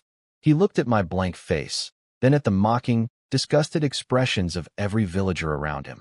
His knees buckled. He dropped to the ground and, in front of the entire village, knocked his forehead into the dirt 6 times. 3 for Qin Wanru. 3 for Su Mingyang. Each thud hit the ground like a slap across his own face. When he finished, he scrambled away through the crowd like a beaten dog, villagers laughing at his back the whole way. After the gate closed, my father was still fuming about Liurgu, swearing he'd break the man's legs himself next time. Qin Wanru and Su Mingyang stood on either side of him, looking at me like I was the center of their world. Zhao Linger didn't fully understand what the doctor had said. She went over to Qin Wanru and poked her still flat belly with one little finger, asking if there was really a baby in there. Qin Wanru blushed and nodded. Zhao Linger ran to Su Mingyang and did the same thing. Then she spun around, looked straight at me with those big bright eyes, and announced in her clear, loud voice, I want one too. I want to have your baby too. The yard went silent for a beat. Then everyone burst out laughing. My father slapped his thigh so hard he nearly fell off his stool. Su Mingyang pinched Zhao Linger's nose and teased her, saying just asking wasn't enough. She'd have to go, convince me properly. Zhao Linger nodded seriously, clenching her little fists like she was preparing for battle. I ruffled her hair and couldn't help but smile. But the laughter faded into planning. I needed more money, a bigger house, and more strength to protect this growing family. The wall was going up too slowly with just Gosheng and Sun Dazhuang. I needed more hands, fast. Over the next 5 days, things were quiet. Li Ergu became the village joke and didn't dare show his face outside. Nobody walked past our gate without keeping their distance. I stayed home, checking on the construction and counting my silver. The system brought in 5 taels a day. After 5 days, I had 25 taels saved up. I'd originally planned to go back and buy that scholar's daughter, but I changed my mind. What I needed right now wasn't a woman who could read. It was workers who could haul and build. The house had to go up first. Everything else could wait. The morning I left for the county, the household was running smoothly. Suehua was cooking breakfast. Goxing and Sun Dazhuang were mixing mud in the yard. Qin Wanru and Su Mainyang had been banned from any work. They sat under the eaves sewing tiny baby clothes, faces glowing. Zhao Linger was watching over them like a little guard. I arrived at the labor market, and the goatee dealer practically tripped over himself running to greet me. He was beaming, saying he'd saved the scholar's daughter just for me. I told him flatly, I didn't want her anymore. His smile froze, and the color drained from his face. The fat sale he'd been counting on just vanished. But he was a businessman. He recovered fast and asked what I did want. I told him, 3 men, honest, strong, good for heavy labor, and 1 maid, clean, able to cook and wash. That was it. He led me to a different yard. From the crowd, he picked out 3 men in their early 30s. They were thin and underfed, but had thick bones and rough hands from years of hard work. Their eyes had that dead, resigned look of people who'd given up on life deciding anything for them. The maid was a girl of 14 or 15, skinny and shy, head down, but her hands were scrubbed spotless. Good enough. I didn't need clever, I needed obedient and hardworking. The price came to 5 taels each, 20 total. I didn't bother haggling. I pulled out 4 5-tael ingots and tossed them over. The dealer's wrinkled face bloomed into the widest grin I'd seen on him. He scrambled to get the 4 permanent contracts. I checked everyone carefully, then tucked them inside my shirt. I told the 4 of them one thing. From now on, I was their master. Follow me, and they'd eat. They knelt together and touched their foreheads to the ground. Before heading home, I took them to the market. For more mouths meant more food. I bought 50 pounds of white flour, 20 pounds of rough rice, and 2 big rolls of fabric, dark blue for the men, a patterned one for the women at home. Too much to carry, so I rented another ox cart at the city gate. Sitting on that cart, rolling slowly toward the village with 4 servants standing behind me, I felt something settle deep in my chest. For the first time since arriving in this world, things felt solid. The foundation of a real family was being built, piece by piece, in my hands. When the cart pulled into the village, women at the entrance nearly dropped their jaws. By the time it stopped at our gate, Goxing and Sun Dazhuang came running out and froze at the sight. I jumped down, pointed at the 4 new people, and told Goxing they were new household members. Get them settled in. Down the road, Li Ergu had hobbled out of his shack to fetch water. He saw me stepping off the cart like a proper lord, giving orders for strangers following behind me with their heads bowed. He just stood there watching, unable to do a thing about it. Back in the yard, Goxing and Sun Dazhuang stood staring at the 4 new people I'd brought home. I could tell their brains were still catching up. Their boss had walked out the door that morning and come back with 4 living, breathing human beings. I called everyone together and gave the 3 men new names. Sun E, Sun Air, Sun San. Simple, clean, a fresh start. They knelt and thanked me in rough, cracked voices. The little maid I named Chuntao. She dropped to her knees too, her voice barely a whisper. I laid down 2 rules. Be loyal and work hard. Anyone who couldn't manage that wouldn't eat under my roof. Then I put Goxing in charge of all the men. Sun E, Sun Air, Sun San, and Sun Dazhuang all answered to him now. He was to track who worked well and who slacked, and report directly to me. Goxing's spine went straight as a board and he barked out a, "Yes, sir." That echoed off the walls. Chuntao I assigned to Suehua, cooking and laundry duty. Suehua grabbed the girl's hand with a warm smile and led her to the kitchen like a big sister. The new men got to work immediately, and the difference was night and day. These were men who'd labored their whole lives. Compared to the lazy village idlers I'd fired, they were 10 times more productive. The wall was going up fast now. News hit the village like a bomb. The Sun family had bought servants. Fighting, making money, dealing with government officers, that was all still within the realm of village life. But buying people? That was landlord territory. Rich man behavior. We'd jumped into a completely different class overnight. Next door, my Uncle Sun Lauer's house was in an uproar. His wife Wang was screaming at him, slapping the table, calling him useless. She'd heard everything. The servants, the brick house, all of it. She pointed out that we were blood relatives, and if my uncle went over and asked for work, we'd have to give it to him. At the very least, he could earn 30 coins a day like those village men had before.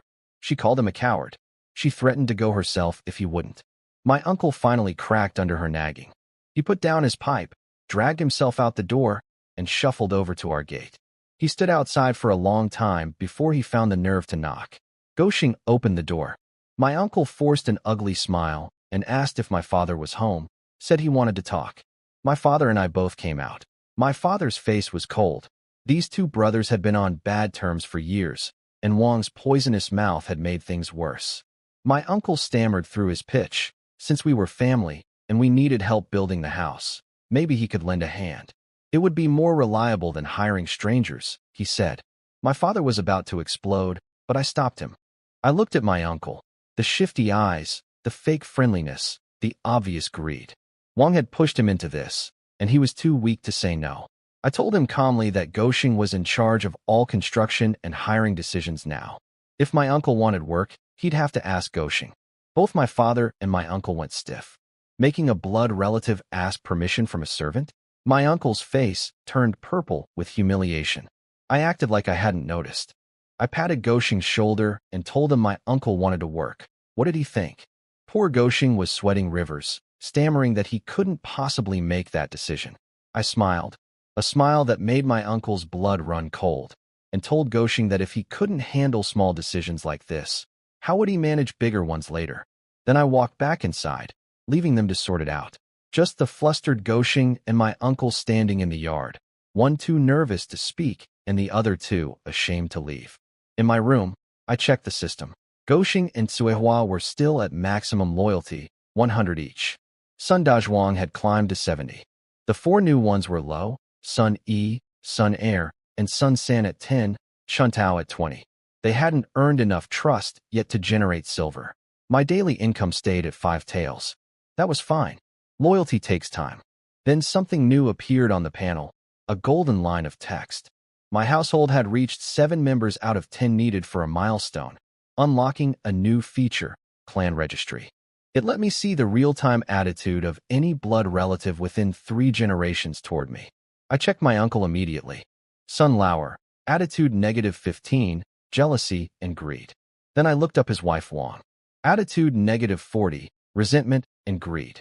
Much worse. I focused on her number, and a line of detailed notes appeared beneath it. It read, "This person is currently encouraging her son Sun Baojin to come to your home tomorrow to cause trouble, intending to damage your reputation and force you to submit." I stared at that warning for a long moment. My face didn't change, but now I knew exactly what was coming. The morning mist hadn't cleared yet, but the yard was already humming with activity. Sun E, Sun Air, and Sun San were bare-chested, hauling mud and stacking stones alongside Sun Dazhuang. The wall was going up several times faster than before. Suehua and Chuntao had breakfast going in the kitchen. Everything was running like clockwork. I was standing in the yard admiring the progress when the gate started shaking from heavy pounding. A shrill voice cut through the air from outside. My Aunt Wang, screaming about justice and demanding I come out. I'd been expecting this. The system had warned me last night that she was sending her son to cause trouble today. Not a ripple of surprise in me. I strolled over and opened the gate. There she was, hands on hips, ready for war. Behind her stood her son Sun Baojin, clutching his arm and whimpering in fake agony. My uncle Sun Lauer trailed behind them, head hanging low. Wang launched into her performance at full volume, making sure every neighbor within earshot could hear. She screamed that I'd broken her son's arm, that a doctor said it would take months to heal, and that my family owed them compensation or she'd never let it go. Baojin played along, moaning and wincing on cue. My father came out looking uncomfortable. Baogen's arm had been twisted by me days ago. That part was true. He started to say something, maybe offer an apology, but I cut him off. I asked Wang calmly, where was her proof? Had a doctor examined the arm in front of me at the time? Baojin was a rough kid. How did anyone know he hadn't hurt himself somewhere else and was now blaming me? Wang shoved her son forward. insisting the whole village knew he was the most well-behaved boy alive. I almost laughed at that one. Villagers were already gathering to watch. I told Wang that making false accusations without evidence could get her beaten with boards at the county court. That scared her enough to soften her approach. She dropped the screaming and pivoted to her real goal, money. She wanted 10 taels of silver to make it go away. I told her she was dreaming. No evidence meant no case. If she took it to the magistrate, she'd walk away empty-handed. Her fire sputtered out. She asked what I'd offer instead. I pretended to think it over, then made my move, the one I'd been planning since the system warned me last night. I told her I'd give them 5 taels out of respect for my uncle. But we had to sign a written agreement so this issue would never come up again. 5 taels. Her eyes practically popped. That was more than she'd honestly expected. She agreed instantly, nodding like a chicken pecking grain. As for the written document, she couldn't read a single character, so she didn't care. I went inside and came back with a sheet of paper, an ink pad, and a 5-tael silver ingot. I handed her the silver. She snatched it and stuffed it into her shirt, grinning ear to ear. Then I laid the paper on the stone block by the gate and told her to press her thumbprint. She jammed her thumb into the ink and stamped without even glancing at the words. She dragged my uncle and Baojin over and made them stamp too. She clapped her hands, declared the deal done, and turned to leave with a victorious smirk aimed at the watching crowd. That's when I spoke up. I asked if she didn't want to hear what she'd just signed. She waved her hand dismissively. Just a receipt. What was there to hear? I told her it wasn't a receipt. Then I unfolded the paper and read it aloud for everyone to hear. The document stated that Sun Lauer, Wang, and Sun Baojin had come to my home with fabricated claims that I'd injured their son, attempting to extort money through fraud. It said that I, out of family kindness, chose not to press charges and instead gifted them 5 taels of silver as a gesture of goodwill. The 3 of them, feeling grateful and ashamed, signed this document as proof. The yard went completely silent. Every villager's eyes went wide. Wang's grin froze on her face like someone had slapped her. She pointed at me, lips trembling, shrieking that I'd tricked her, that the document was fake. I held up the paper and reminded her, black ink on white paper, 3 clear thumbprints, and anyone in the village who could read was welcome to verify that I hadn't changed a single word. Several literate villagers stepped forward, read it, and confirmed everything. Then the whispers started. People calling Wang shameless, calling the whole family disgusting for trying to scam their own nephew. Wang lunged at me, trying to grab the paper. Goshing stepped in front of me like a wall and blocked her. I looked down at her and kept reading. The final section stated that from today forward, the 3 of them had no connection to the Sun family. They would never come to our door again. If they broke this oath, they agreed to forfeit their house and farmland to me, with the entire village as witnesses. Wang collapsed onto the ground, wailing, rolling in the dirt, screaming that I was heartless, that I'd schemed against them. My uncle stood frozen, face burning with shame, wishing the earth would swallow him. Baojin had gone completely pale. My father watched the whole thing. Whatever guilt he might have felt toward his younger brother evaporated on the spot. I folded the document carefully and tucked it into my shirt. I told Wang the agreement was sealed, 3 signatures, full village witness. They should leave now and remember the terms. If they ever showed up at my gate again, I'd take this paper straight to the county magistrate. And at that point, they wouldn't just lose their land. They'd be sitting in a jail cell. Wang's crying stopped mid-breath. In the silence that followed, surrounded by the village's laughter and contempt, she dragged herself to her feet, grabbed my uncle and Baojin, and the 3 of them slunk away without a backward glance. I closed the gate and checked the system. The new servant's loyalty had jumped. Sun E, Sun Air, and Sun San were all up to 30. Chuntao had climbed to 40, and Sun Dazhuang had hit 80. They'd watched me handle that mess, and their respect had grown. Goshing and Suihua were still rock solid at 100 each. The clan registry had updated too. My uncle's attitude had dropped to -60, fear mixed with resentment. Aunt Wang was at -80, pure venom and terror combined. They hated me more than ever, but they were also more afraid of me than they'd ever been. That was fine. Fear would keep them away better than any wall. After I dealt with my aunt, the new servants looked at me differently. They'd watched me handle my own relatives without flinching, no hesitation, no weakness. They figured out fast that as long as they stayed loyal and worked hard, they'd be taken care of. That thought lit a fire under them. Goshen was barking orders with real authority now, his back straighter than I'd ever seen it. Sun E, Sun Air, and Sun San picked up the pace without being told. Before, they worked just to eat. Now they wanted to prove themselves, to earn a permanent place in this household. With everyone pulling together, the results showed immediately. In just one afternoon, the wall that had been at waist height shot up to chest level. The whole yard smelled like fresh earth and honest sweat. At sunset, Sohwa and Chuntao laid out dinner. A big pile of white flour buns, a pot of stewed vegetables, scrambled eggs, and a basin of braised pork, rich with oil. I looked at the wall, looked at my workers dripping with sweat but standing tall, and nodded. I called everyone over to eat. Before they touched the food, I pulled out a string of copper coins. The jingling sound froze every person in place. I walked to Goshen first and counted out 150 coins into his hand, bonus pay for managing the crew. His face turned red and his hands shook. He tried to refuse, saying it was too much. I told him to take it and keep working hard. Then I gave Sun Dazhuang and each of the 3 new men 100 coins apiece. I told them the Sun family doesn't shortchange its own people. They stood there stunned. When they'd worked for landlords before, they were lucky to get their basic wages on time. Here, just days in, they were getting bonuses on top of meals and lodging. Sun E was the first to drop to his knees and slam his forehead into the dirt, thanking me. The other 3 followed instantly. I gave Chuntao 50 coins and told her to keep learning from Tsuehua. The girl's face flushed bright pink, and she knelt and kowtowed too. That dinner, every bite tasted better to them. 100 coins was nothing to me, but for people who'd lived in poverty their whole lives, it was a month's worth of comfort. Real, tangible kindness that buys loyalty faster than any speech. Late that night, I checked the system in bed.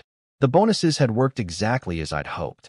Sun Dazhuang's loyalty had jumped to 100, maxed out. His daily silver doubled to 2 taels. The 4 new ones had all crossed the minimum threshold. Sun E, Sun Air, and Sun San were at 60 each, earning 1 tael apiece.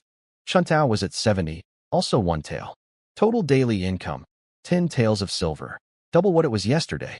At this rate, building the brick house, buying land, growing the family, none of it was a fantasy anymore. It was just a matter of time. I was lying there running numbers in my head when I heard whispering and giggling outside my door. 3 female voices, Qin Wanru, Su Mainyang, and Zhao Linger. Su Mainyang was teasing in that sly way of hers. Go on, Linger, he's right inside. Zhao Linger's voice came back small and nervous. But I'm scared. Qin Wanru joined in gently. What's there to be scared of? He won't bite. Didn't you say you wanted a baby? Go ask him. If you miss this chance, who knows when you'll get another one. I lay there listening, half amused, half exasperated. They'd actually taken that silly moment from this morning seriously. Zhao Linger's innocent declaration that she wanted a baby too. I figured they'd giggle for a while and give up. They didn't. After a brief silence, my door creaked open just a sliver. A small figure slipped inside and carefully shut the door behind her. In the moonlight coming through the window, I could see it was Zhao Linger. She'd changed into a clean outfit, and her small hands were twisted together in front of her, fingers knotting and unknotting with nerves. She shuffled toward my bed 1 tiny step at a time. She couldn't look at me. Her voice was barely a breath. Sunday. I sat up and asked her, half smiling, what she was doing here so late instead of sleeping. She flinched at the question. Her head dropped even lower. Then, like she'd gathered every ounce of courage in her small body, she snapped her head up. Her eyes were shining in the moonlight, completely serious, completely determined, like someone about to jump off a cliff. She told me that Qin Wanru and Su Mainyang had said if she asked me nicely, she could have a baby too. Then she dropped to her knees, beside my bed, tilted her face up at me, and in a voice that was half pleading and half desperate, said it word by word. Please, Sun Dage. I want a baby too. Zhao Linger knelt there in the moonlight, staring up at me with those clear, trusting eyes. I looked at her and felt caught between laughing and sighing. The silly girl had taken the older women's teasing completely to heart. But my mind shifted quickly. Growing the family was my most important task. Qin Wanru and Su Mainyang were already pregnant. Good. But more children meant more strength, more rewards, more security. Zhao Linger was old enough. In this era, girls her age were long married with babies. She'd come to me on her own, with genuine feelings. So I'd give her what she wanted. I asked if she was really sure. She nodded so fast and hard it looked like her head might fall off, swearing she'd do whatever I said. I told her to bolt the door from inside. She hopped up, latched it, then shuffled back to the bed, clutching her shirt hem, unable to meet my eyes. She climbed onto the bed but stayed as far from me as possible, curled up in the corner like a startled rabbit. I softened my voice, pulled her closer, and warned her it might hurt. She nodded without fully understanding, face burning red, eyes squeezed shut, lashes trembling. She cried out in pain and tears spilled down her cheeks. I was gentler after that. When it was over, she curled up in my arms, still sniffling quietly. I wiped the tears from her face. In the moonlight, I saw the red stain on the sheets. Right on cue, the system chimed. Zhao Linger had successfully conceived. Family prosperity increased by 1. The reward was something called gynecology master. A flood of women's medical knowledge poured into my brain. I cursed the system silently. What kind of reward was that? But looking at the girl whimpering in my arms, I let it go. I patted her back gently and told her, matter-of-factly, to stop crying. There was already a baby in her belly. Her sobbing stopped instantly. She lifted her tear-streaked face and asked in a stuffy, hopeful voice if it was really true. I asked her when I'd ever lied to her. Just like that. All the pain and fear drained from her face, replaced by the purest, silliest happiness I'd ever seen. She touched her flat stomach with careful little fingers, whispering to herself that she had a baby now. She giggled, then yawned, and within moments she was fast asleep in my arms, exhausted from a night of fear, nerves, and everything that came after. The next morning, Qin Wanru and Su Meinyang had barely stepped out of their room when Zhao Linger came bursting out of mine, practically bouncing. She puffed out her small chest, patted her belly, and announced with dead seriousness that she was pregnant too. Sundage had said so himself. The baby was right in there. The two older women stared at her for a beat, then burst out laughing. Su Meinyang doubled over, calling Zhao Linger a precious little fool. Qin Wanru flicked her nose, asking through giggles how exactly I'd performed this magic trick overnight. Zhao Linger turned pink, but stood her ground stubbornly, insisting it was real because I'd said so and I never lied. I walked out and told the other two to stop picking on her. They straightened up, though their eyes were still twinkling with mischief. I went to Zhao Linger, patted her head, and told her that now she had a baby, she couldn't run around and jump like before. She needed to be careful. That stopped the laughter cold. Qin Wanru and Su Meinyang both froze. If I was confirming it seriously, then maybe it really was true. They looked at each other, stunned. Could I actually tell that fast? Zhao Linger caught their reaction and threw them a triumphant little look that said, "See? Told you so." The news escaped the yard walls by noon. All 3 of the Sun family wives, pregnant at the same time. For farming folk, having lots of children was the greatest blessing imaginable. 3 at once wasn't just good luck. People said heaven itself must be watching over us. At the village well, the gossip women were having a field day. They couldn't believe it, especially the part about Zhao Linger getting pregnant in a single night. Was it even possible? Was I some kind of divine being? Liurga limped by with his bucket and overheard everything. 3 women pregnant, all at once. He thought about his own wife. 2 years of marriage and nothing. The comparison hit him like a punch to the gut. He dropped his bucket on the spot and hobbled away fast, face ashen. The women at the well laughed at his back, making jokes about his uselessness. By the afternoon, the yard wall was finally finished. Tall, thick, and solid, it wrapped around the entire property like a fortress with only a single wooden gate. Standing inside, I could feel the difference. This was our space now, sealed off from the outside world's prying eyes and greedy hands. I stood in the yard looking at the finished wall, but my mind was already moving ahead. I'd originally planned to tear down our mud shacks and build a brick house right here. But I'd changed my thinking. This village was full of gossips and petty trouble, not the right place to raise a family long-term. More importantly, all 3 of my women were pregnant now. The village doctor could barely handle a cold. If something went wrong during a birth, I didn't want to be stuck out here. The best doctors and the best schools were in the county town. I needed to buy a proper compound there. But first things first. My servants needed work, and we needed income from the land. Buying farmland would eat through my savings too fast, so renting made more sense for now. I called Goshing over and told him to ask around the village about who had land available to rent. He took off running like his feet were on fire. Meanwhile, across the village, Li Ergu was having his own breakdown. He'd stormed home after hearing that all 3 of my wives were pregnant and took it out on his wife Lu.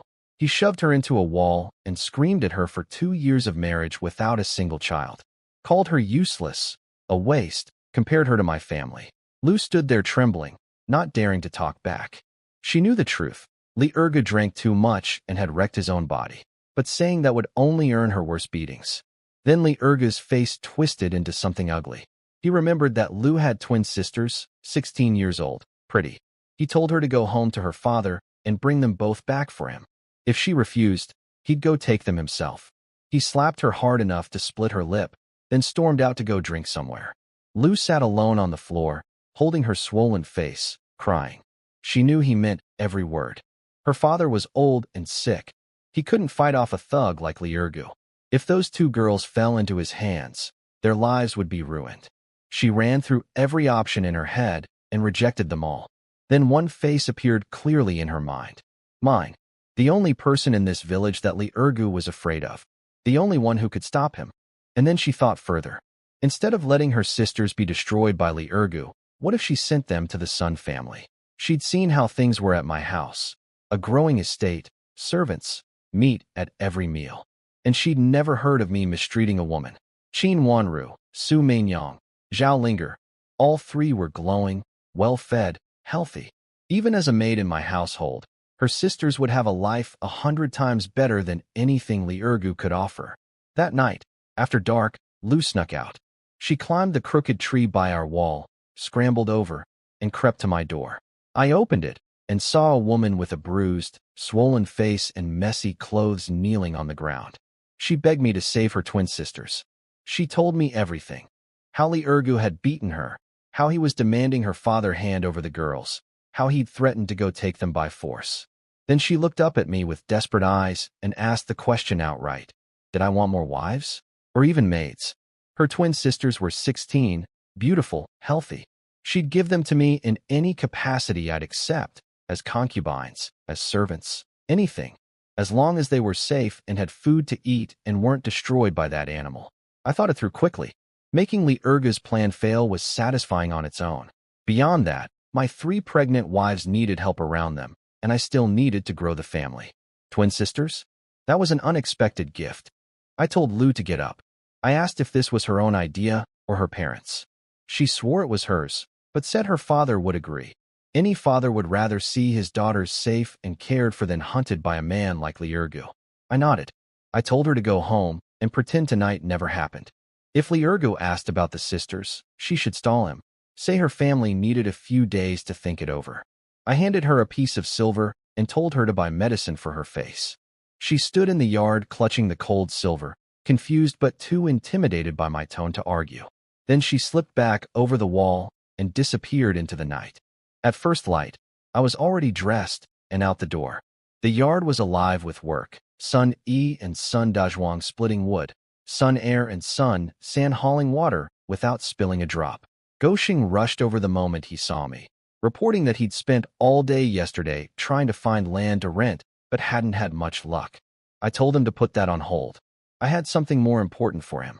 I pulled him close and spoke quietly. I needed him to go to Lu family village right away and ask around about Li Ergu's wife Lu's family. Specifically, her twin sisters. How old, what they looked like, and most importantly, what kind of people they were. Their reputation, their character. I told him to be subtle about it. Don't let anyone know it was the Sun family asking. He thumped his chest and took off running. Taking on new women, especially while all 3 of my wives were pregnant, wasn't something I could do carelessly. I needed women who would fit into the household peacefully and help grow the family, not troublemakers who'd turn the place upside down. Lu's story sounded convincing, but I only trusted what my own people found out. Goshing was back within an hour, sweating but grinning. The twins were named Lu Mei and Lu Lan, just turned 16. The village people all said they were genuinely pretty, quiet-natured like their honest father, hardworking, and decent. The reason they were still unmarried was entirely because of Li Ergu. Several good families had come to propose over the years, but Li Ergu had scared every one of them off. He'd spread the word that as their brother-in-law, he had to approve any marriage, and anyone who ignored him would have him showing up at their door, making trouble every day. One by one, the suitors backed away. Old man Lu had gotten sick with fury over it multiple times, but couldn't do a thing. That confirmed everything. Li Ergu had been planning this for a long time. Sabotage the girls' marriages first, then corner Lu into handing them over. Once it was done, old man Lu would have no choice but to accept it. I told Goshing to go fetch Lu quietly. She arrived looking like she hadn't slept at all, sunken eyes, face still swollen under a layer of soot she'd tried to hide it with. I got straight to the point and asked if what she'd said last night still stood. Her face lit up like sunrise and she nodded frantically. I pulled out 2 tin-tail silver ingots and picked up 2 bolts of fabric from the corner, one soft pink, one pale green. I told her the 20 taels was bride price for her father, and the cloth was for her sisters to make new clothes. Then I told her to take me to her family's home right now. I'd talk to her father myself. She dropped to her knees clutching the silver and fabric, tears streaming, calling me the savior of her entire family. Lu family village was just over the next hill. Their yard was even more run down than ours used to be. Half the fence had collapsed, 3 straw-roofed shacks barely standing. An old man with white hair and a face carved with worry sat by the door weaving grass sandals, coughing between knots. Lu called out to him. He looked up, confused, then saw me standing behind her and the silver and fabric in her arms. He had no idea what was happening. I stepped forward, bowed respectfully, and stated my business plainly. I told him my name was Sun Yi from Sun Family Village, and I'd come to ask for his 2 daughters, Lu Mei and Lu Lan, as concubines. The old man went blank. He stared at me, then at the silver, then at his daughter, mouth opening and closing with no words coming out. 2 girls appeared in the doorway, thin, in patched-up old clothes, hair a little dry and dull, but with delicate features and faces so alike they could be mirror images.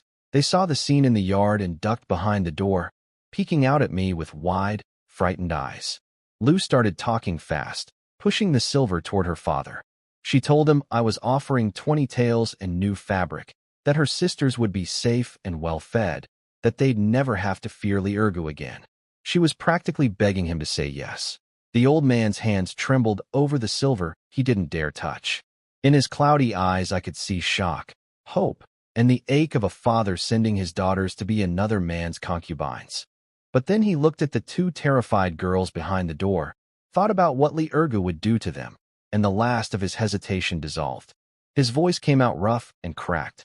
He agreed. His only condition, treat them well. I nodded and told him I'd send a sedan share to pick them up tomorrow. Everything was settled. The moment I stepped back through the gate, my father pulled me into a corner of the yard, away from everyone else. He'd seen Lu leaving with tears on her face, and his worry radar was firing on all cylinders. He looked me up and down like I'd lost my mind. Then he dropped his voice and asked me flat out, was I feeling all right in the head? 3 women at home, all pregnant, and now I was sneaking around with Li Ergu's wife? He asked, with genuine fatherly concern, whether my body could even handle it. His exact words were something like, "Son, can your kidneys take this?" I almost choked trying not to laugh. I told him he had it all wrong, and that my body was fine, strong as a young bull. Then I got serious and told him the real plan. I was going to marry the Lu family's twin sisters. His eyes nearly popped out of his skull. He slapped his hand over his own mouth to keep from shouting, then dragged me even deeper into the corner. He started listing every reason this was insane. Too many mouths, too much money. We should be saving for the house, saving for the grandchildren. Where was all this silver coming from? I calmed him down with the story I'd been using. I'd been gathering rare herbs in the mountains and selling them at the county pharmacy for good money. Some of those plants were worth dozens of taels to the right buyer. He knew I could identify herbs, so he bought it. But then came his real objection. The Lu family was connected to Li Ergu. Bringing anyone related to that man into our house was asking for trouble. That fear, I understood. So I told him everything. How Lu had climbed our wall last night, bruised and desperate. How Li Ergu had been sabotaging the twins' marriage prospects for years, scaring off every suitor so he could eventually take them for himself. how he'd beaten Lu and ordered her to bring the girls to him, threatening to go steal them if she didn't. My father went quiet for a long time. He puffed on his pipe twice, then knocked it against the wall. "That Li Ergu is an animal," he said. When he looked at me again, the scolding was gone from his eyes. I explained my thinking. First, we'd be saving 2 innocent girls from a monster. Second, we'd be showing Li Ergu that anything he wanted, I'd take right from under his nose. He'd been eyeing those girls. Fine. I'd marry them both and let him watch with his teeth grinding. My father was silent for a while longer. Then he sighed deeply, clapped me on the shoulder, and said I was doing the right thing. We went back inside together. All 3 of my wives were there, plus the servants, everyone waiting to hear what was going on. I told them straight. Tomorrow, the family was having a wedding. I was taking Lu Mei and Lu Lan as concubines. Dead silence. Su Mainyang frowned first. The Lu family? As in Li Ergu's in-laws? Qin Wanru and Zhao Linger looked confused too. The servants exchanged nervous glances. I raised my hand and told everyone to hear me out. Then I went through the whole story again. Li Ergu's scheme, Lu's plea, the twins trapped with no way out. By the time I finished, the mood had completely shifted. Qin Wanru's face went pale with anger. She held her belly and said those poor girls deserved better. Su Mainyang studied my face with a new kind of admiration. Her man wasn't just tough, he had the courage to step in for strangers and the boldness to take them under his roof with a proper title. That would only raise the Sun family's standing higher. Zhao Linger understood about half of it, but got the gist. I was rescuing 2 good people and adding 2 more sisters to the family. She clapped her hands and said it sounded wonderful. More people meant more fun. My father cleared his throat and put on his head of household voice. He declared the matter settled and started barking orders. Goxing and Sun Dazhuang were to go to town and buy red paper, red candles, and wedding decorations. Sun Yi and Sun Air would sweep the whole yard inside and out. Suehua and Chuntao would start preparing a proper wedding feast for tomorrow. The news hit the village before noon. Red wedding characters were already pasted on our gate, while the mud on our new wall was still damp. The gossip was explosive. Sun Yi was marrying again. 2 more women, twins, and his first 3 wives were all already pregnant. People couldn't decide if I was made of iron or if heaven just liked me better than everyone else. And the fact that I was marrying Li Ergu's sisters-in-law, the very girls he'd been scheming to take, that was the juiciest part. Everyone knew a show was coming. Inside our walls, the mood was pure celebration. Everyone was busy getting ready for tomorrow. I watched it all with quiet satisfaction.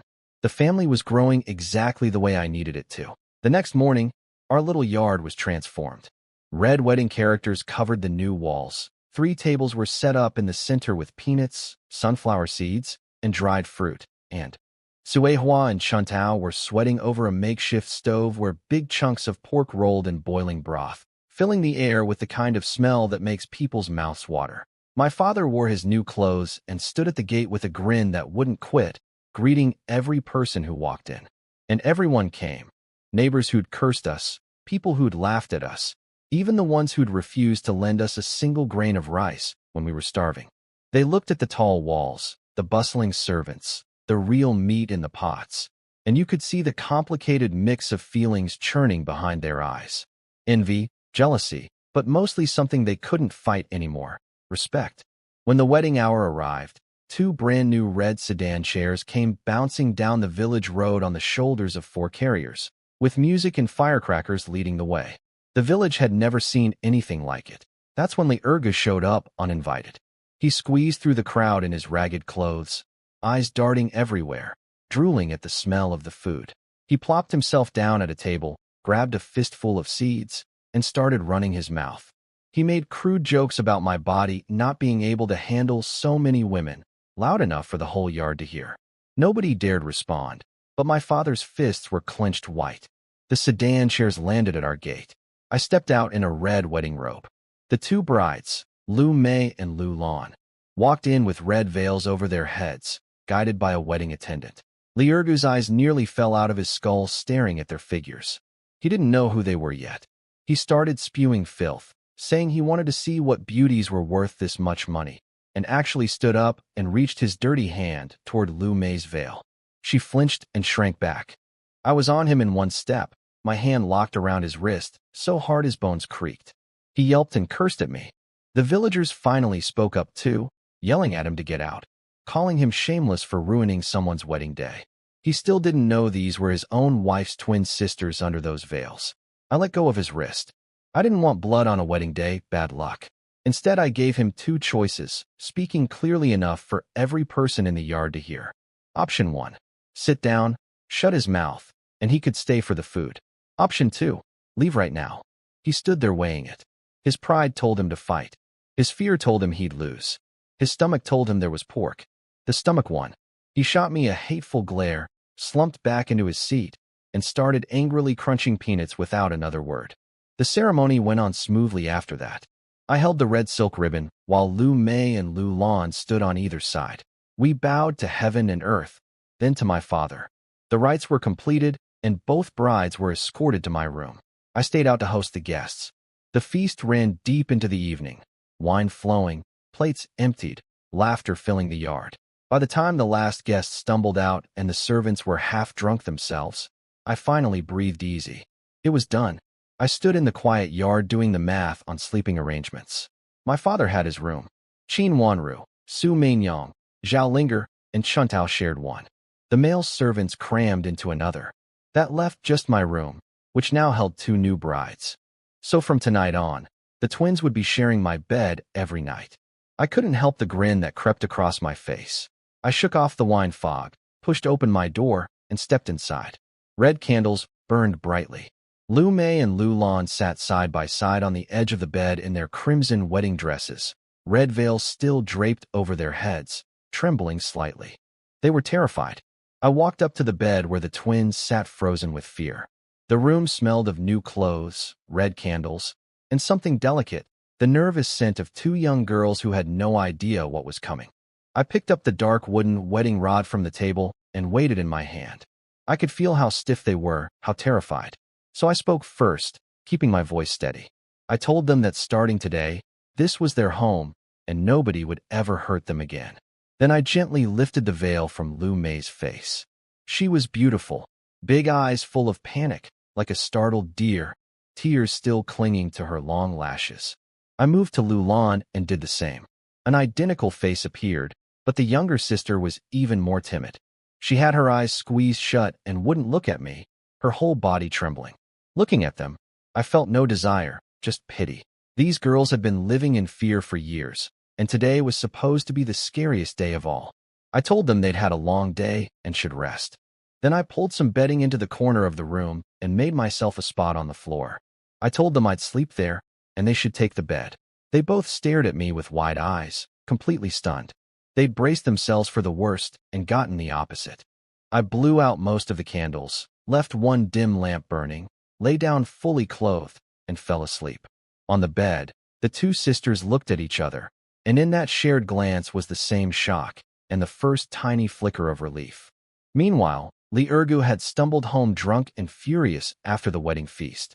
He'd gotten nothing but humiliation at my table. He crashed through his own door, yelling for his wife to bring him water. The house was dark and empty. No answer.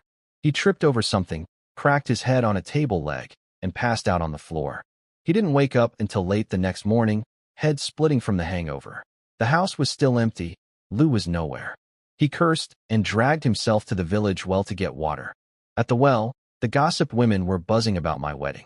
They were gushing about how pretty the twin brides were, how old man Lu got 20 taels in bride price, how lucky those girls were to end up with me instead of being bothered by that animal Li Ergu. Li Ergu's feet stopped dead. Lu family village. Old man Lu. Twins. The words assembled slowly in his hungover brain. He grabbed one of the women by the arm and demanded to know who I'd married. She told him like it was the most obvious thing in the world, his wife's twin sisters. The whole village knew. It hit him like a bolt of lightning. The two girls he'd been scheming to take for 2 years. The ones he thought were already in the bag. Married to me. Sleeping under my roof. Gone forever. A wave of blood rushed to his throat. He staggered backward, mouth open, no sound coming out. The villagers around him burst out laughing. The meat he'd been drooling over had landed on someone else's plate. He let out a howl like a wounded animal, cursed my ancestors, and took off running. Not toward my house, he knew better than that, but toward Lu family village. He was going to tear old man Lu apart. But when he got there, panting and wild-eyed, he found the Lu family yard packed with people. A dozen or more of Lu's relatives stood shoulder to shoulder, gripping hoes, shoulder poles, and clubs, staring him down with murder in their eyes. Old man Lu stood at the front, spine straight for once, holding a piece of paper. Behind him stood Lu, his wife, finally daring to raise her head. The old man's voice rang out stronger than Li Ergu had ever heard it. He said his daughter had suffered 2 years under Li Ergu's roof, and the family had accepted it. But going after his other 2 daughters crossed every line. Li Ergu wasn't human. One of the bigger cousins stepped forward, swinging a hoe casually, and announced that the Lu clan was done with this marriage. It was over. Old man Lu thrust the paper forward. A divorce document. He told Li Ergu to sign it and get out. The Lu family would take their daughter back and raise her themselves. Li Ergu tried to refuse, stammering that Lu was his wife and he wouldn't sign. The big cousin smiled coldly and suggested that Li Ergu's one good leg might want to match his bad one. Several young men closed in around him. Li Ergu was a bully at heart, brave against the weak, gutless against anyone who pushed back. Surrounded by hostile faces and real weapons, his resistance crumbled. With shaking hands, he pressed his thumbprint onto the divorce paper. One of the relatives kicked him in the backside so hard he face-planted in the dirt. He crawled out of Lu family village on all fours, chased by the sound of triumphant laughter. He'd lost the twins. And now he'd lost his wife too. The next morning, Li Ergu was the laughingstock of the entire village. He'd lost the twins and his own wife in the same day. Everyone at the well was buzzing about how Lu's family had forced him to sign a divorce paper, and how it was obviously my doing behind the scenes. Nobody dared say a bad word about the Sun family anymore. Then something unexpected happened. The village elder, a man named Sun Duong, showed up at my gate leading a whole crowd of villagers. My father saw the mob and nearly dropped his axe, thinking it was trouble again. I stepped out. Sun Duong put on his best smile and got to the point. Li Ergu was finished as village chief, and they wanted me to take over. Everyone chimed in, begging me to lead the village, saying I was the only one who could keep order and bring prosperity. My father was behind me, heart pounding but secretly proud. He was about to encourage me to accept. I said 3 words, "I'm not interested." It was like dumping cold water on a bonfire. Everyone went silent. Sun Duong tried to argue, saying the whole village was counting on me. I told him my focus was on my own family, not village squabbles. Then I added that the Sun family would be moving to the county town eventually, so being village chief made no sense. Their eyes went from respect to awe. Moving to the county, in their minds, that was another world entirely. I suggested Sun Dazhuang for the position instead. He was honest, hardworking, and mine. The villagers figured it out quickly. Choosing my man as chief was the same as letting me call the shots without the hassle. They agreed on the spot. I went back inside and checked on the twins. Lu Mei and Lu Lan jumped to their feet like startled rabbits when I opened the door. I pulled up the system panel. Their loyalty was at 10 out of 100, barely anything. They were still afraid of me. No silver contribution at that level. To grow the family income, I needed to win them over. I told them to get ready. We were going up the mountain. They looked confused and scared. Lu Mei gathered enough courage to ask what we'd be doing. I told them, gathering herbs. I grabbed a basket and 2 small digging tools and headed out. The sisters followed in silence, too nervous to ask questions. Under the eaves, Qin Wanru watched us leave with a puzzled look. Su Meinyang, sharper as always, smiled knowingly. She said I was training the new girls, showing them that being with me meant a good life, not just fear. She understood perfectly. Fear alone doesn't build loyalty. You need hope too. The mountain path was rough and the twins stumbled in their new shoes, but I walked steadily ahead. Once we entered the forest, they got even more nervous. Dark shadows, animal sounds, unfamiliar territory. They pressed closer together behind me. I stopped and pointed at a plant with purple flowers near their feet. I told them it was called heartbreak grass, deadly poison, 1 leaf could kill. They went white and scrambled backward. Then I pointed at a fungus growing on a tree trunk. A young Lingji mushroom, good for calming the mind and boosting energy. I carefully harvested it and dropped it in the basket. From there, I kept teaching as we walked. Fleece flower root for hair and kidneys. astragalus for building strength, golden thread lotus for clearing heat from the blood. Every plant I named, I described its use, its value. Some of these, even the village doctor wouldn't recognize. The sisters went from terrified to stunned to genuinely amazed. They'd heard I was strong and ruthless, but nobody had told them I was basically a walking medicine encyclopedia. The fear in their eyes was slowly being replaced by something else, curiosity, and the first seeds of real respect. Then the bushes ahead rustled violently. Lulan screamed and hid behind her sister. Lume grabbed her hand tight. A half-grown wild boar burst out of the undergrowth, tusks bared, looking vicious. The girls' legs gave out. They thought they were dead. I scooped a rock off the ground and whipped it at the boar's skull. It hit dead center. The animal dropped like a sack of bricks, legs twitching twice, then nothing. Done. The twins stared at the dead boar, then at me, standing there like nothing had happened. I walked over, gave the carcass a kick, and said we were lucky. Tonight the family was eating well. I told them to come help me carry it back. They snapped out of their daze and ran over. Looking at that boar, which weighed more than both of them combined, taken down with a single stone, I could see something shift behind their eyes. The fear was still there, but now it was mixed with something new, genuine admiration. The wild boar was way too heavy for the twins to lift. I found a thick vine, tied its legs together, and swung the whole thing onto my shoulder without even bending my back. The thing weighed a few hundred pounds, and I carried it like a sack of rice. Behind me, I heard Lulan whisper to her sister that I was amazing. Lume nodded hard. I could tell something was shifting in them. They'd expected another nightmare, traded from one monster to another. Liurgu was openly vicious, but the village rumors painted me as unpredictable and ruthless. After 2 days with me, though, they were starting to see the truth. I was quiet and serious, yes, but I'd slept on the floor on our wedding night to respect their fear. I'd crushed Liurgu to protect them. I could kill a boar with a rock and name every herb in the forest. Following a man like that, why would they worry about the future? Back at the yard, I dropped the boar in the center with a heavy thud that made everyone jump. Goshin came running out, and his eyes nearly popped. I told him I'd caught it on the mountain. Clean it up, we're eating pork tonight. The servants swarmed it with knives and boiling water, buzzing with excitement. Chinwanru came out and wiped my forehead with her handkerchief. I handed her the basket of herbs and told her I'd pick them to make medicinal food for her. Su Meinyang and Zhao Linger, all three of them needed to build their strength during pregnancy. I said this in front of Lu Mei and Lu Lan on purpose. They heard every word, and I saw something warm cross their faces. He went up that mountain for his women's health. He actually cares about the people in this house. When I came back out after changing clothes, the twins were already waiting with a basin of warm water for me to wash. Their voices were still small, but the stiffness and terror from that morning were gone. I checked the system.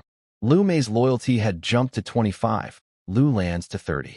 The timid one was actually warming up faster. Fear alone wouldn't do it. They needed to see both my strength and my kindness. That night, the whole family feasted on braised wild boar, the smell drifting across half the village.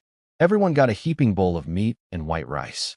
After dinner, I personally cooked herbal medicine soup for the 3 pregnant women, a special recipe for protecting the babies. The women practically glowed with warmth. Late that night, when I headed to my room planning to set up the floor bed again, the twins came in with hot water. Faces flushed pink, eyes on the ground. They offered to attend to me for the night. I could tell the mountain trip had done its work. But I wasn't going to rush this. I waved them off, told them to rest, and lay down on the floor again, fully dressed. This time, when they looked at me from the bed, the shock was gone. In its place was something softer, confusion, maybe, mixed with genuine emotion. A man who could kill a boar with a stone but chose to sleep on the floor so 2 scared girls could feel safe. The next morning, I packed up the leftover herbs and told the twins we were going to the county town. They'd never been before. They changed into the new clothes I'd bought them, fussed over their hair in the water basin, terrified of embarrassing me. I hired an ox cart so they wouldn't have to walk. They sat on the swaying cart with wide eyes, watching the countryside roll past like it was a whole new world. In the county, everything overwhelmed them. The stone streets, the packed shops, the noise and color. They stuck close behind me like 2 shadows. First stop was Renatang Pharmacy. Old Qian greeted me like a money god walking through his door. After the 100-year fleece flower root I'd sold him last time, he treated me as his favorite supplier. I laid out the herbs I'd gathered: astragalus, lingji, golden thread lotus, all top quality, cleanly processed. He examined everything with growing excitement and offered 15 taels for the lot. Behind me, the twins covered their mouths. Those plain roots and bark from yesterday's mountain walk were worth more than their father earned in a whole year of farming. Another layer of mystery added to the man they'd married. I pocketed the silver and took the girls to the best restaurant in town, Fumin Lu. The waiter almost dismissed us until I tossed him some silver, and suddenly we had the finest window seat upstairs. I ordered a table full of dishes they'd never even heard of: braised pork knuckle, roast chicken, steamed fish, candied lotus root. They sat rigid, afraid to touch anything. I put a big chicken leg in each of their bowls and told them to eat. After the first bite, their eyes lit up like lanterns. After lunch, I took them to the fabric shop and bought each of them 2 more outfits in fine city cotton. At a jewelry stall, I picked out a simple silver hairpin for each. The pins weren't expensive, but the way those girls held them, like they were made of pure gold, told me everything. They'd never owned anything beautiful in their lives. I checked the system. Both at 45 loyalty now. A big jump, but still far from where I needed them. Material things helped, but they weren't enough on their own. On the cart ride home, they clutched their new clothes and pins and kept sneaking glances at me when they thought I wasn't looking. The fear was completely gone. In its place was something warm: dependence, gratitude, and the first stirrings of real feeling. Just before we reached the village, I told them I'd take them back to visit their father tomorrow. The traditional third day returned to the bride's family home. Lu Mei froze. Her eyes went red immediately. They were only concubines, sold for 20 taels. Concubines didn't get the honor of a formal homecoming visit. They'd assumed they might never see their family again. Lu Lan's voice cracked. She squeezed her new silver pin so tight her knuckles went white. I told them simply, concubine or not, they were my women now. Whatever customs applied, I'd follow them properly. They deserved that. The next morning, I kept my word.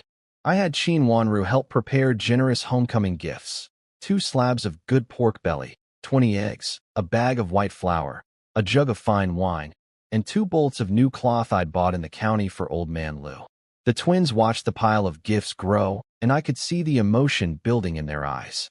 I hired an ox cart again and loaded everything up. When we rolled into Lu family village, every neighbor came out to gawk. They saw me sitting on the cart with the twin sisters, surrounded by more food than most of them saw in a month. The whispers were all envy. Old man Lu had really married up. Lu and her father were waiting at the door. The old man was so flustered he didn't know what to do with his hands. Lu grabbed her sisters and couldn't hold back tears. I set the gifts down, exchanged a few polite words with the old man, then excused myself to the yard so the 3 sisters could have time alone.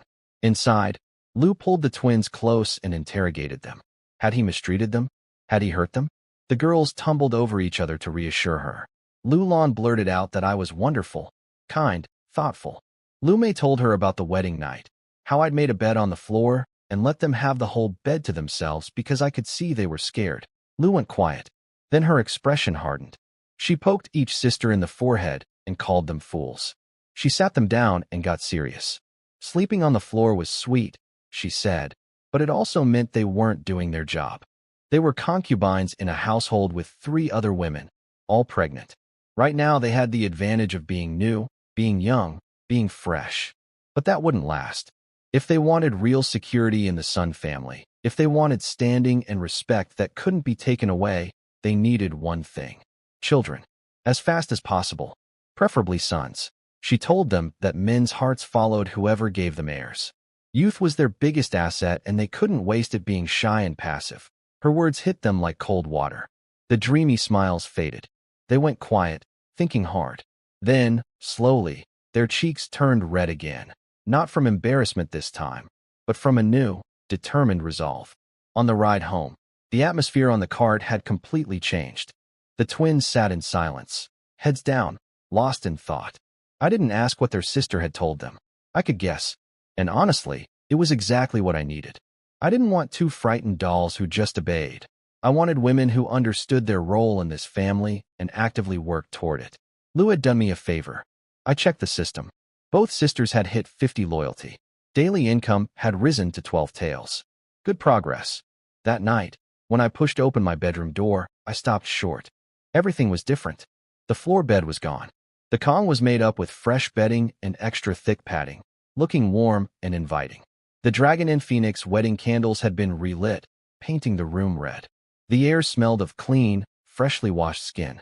Lu Mei and Lu Lan sat side by side on the edge of the Kong in their new cotton clothes from the county. Their hair was still damp from washing. Their hands were twisting their shirt hems nervously. When they saw me, they both stood up at once, trembling slightly. Lu Mei spoke first. Then they both dropped to their knees together and said they wanted to attend to me tonight. I set down my cup, bent down, and pulled them both to their feet. I told them the floor was cold. Then I asked if they were sure. They nodded, faces burning red. Lu Lan unable to even speak, but nodding with fierce determination.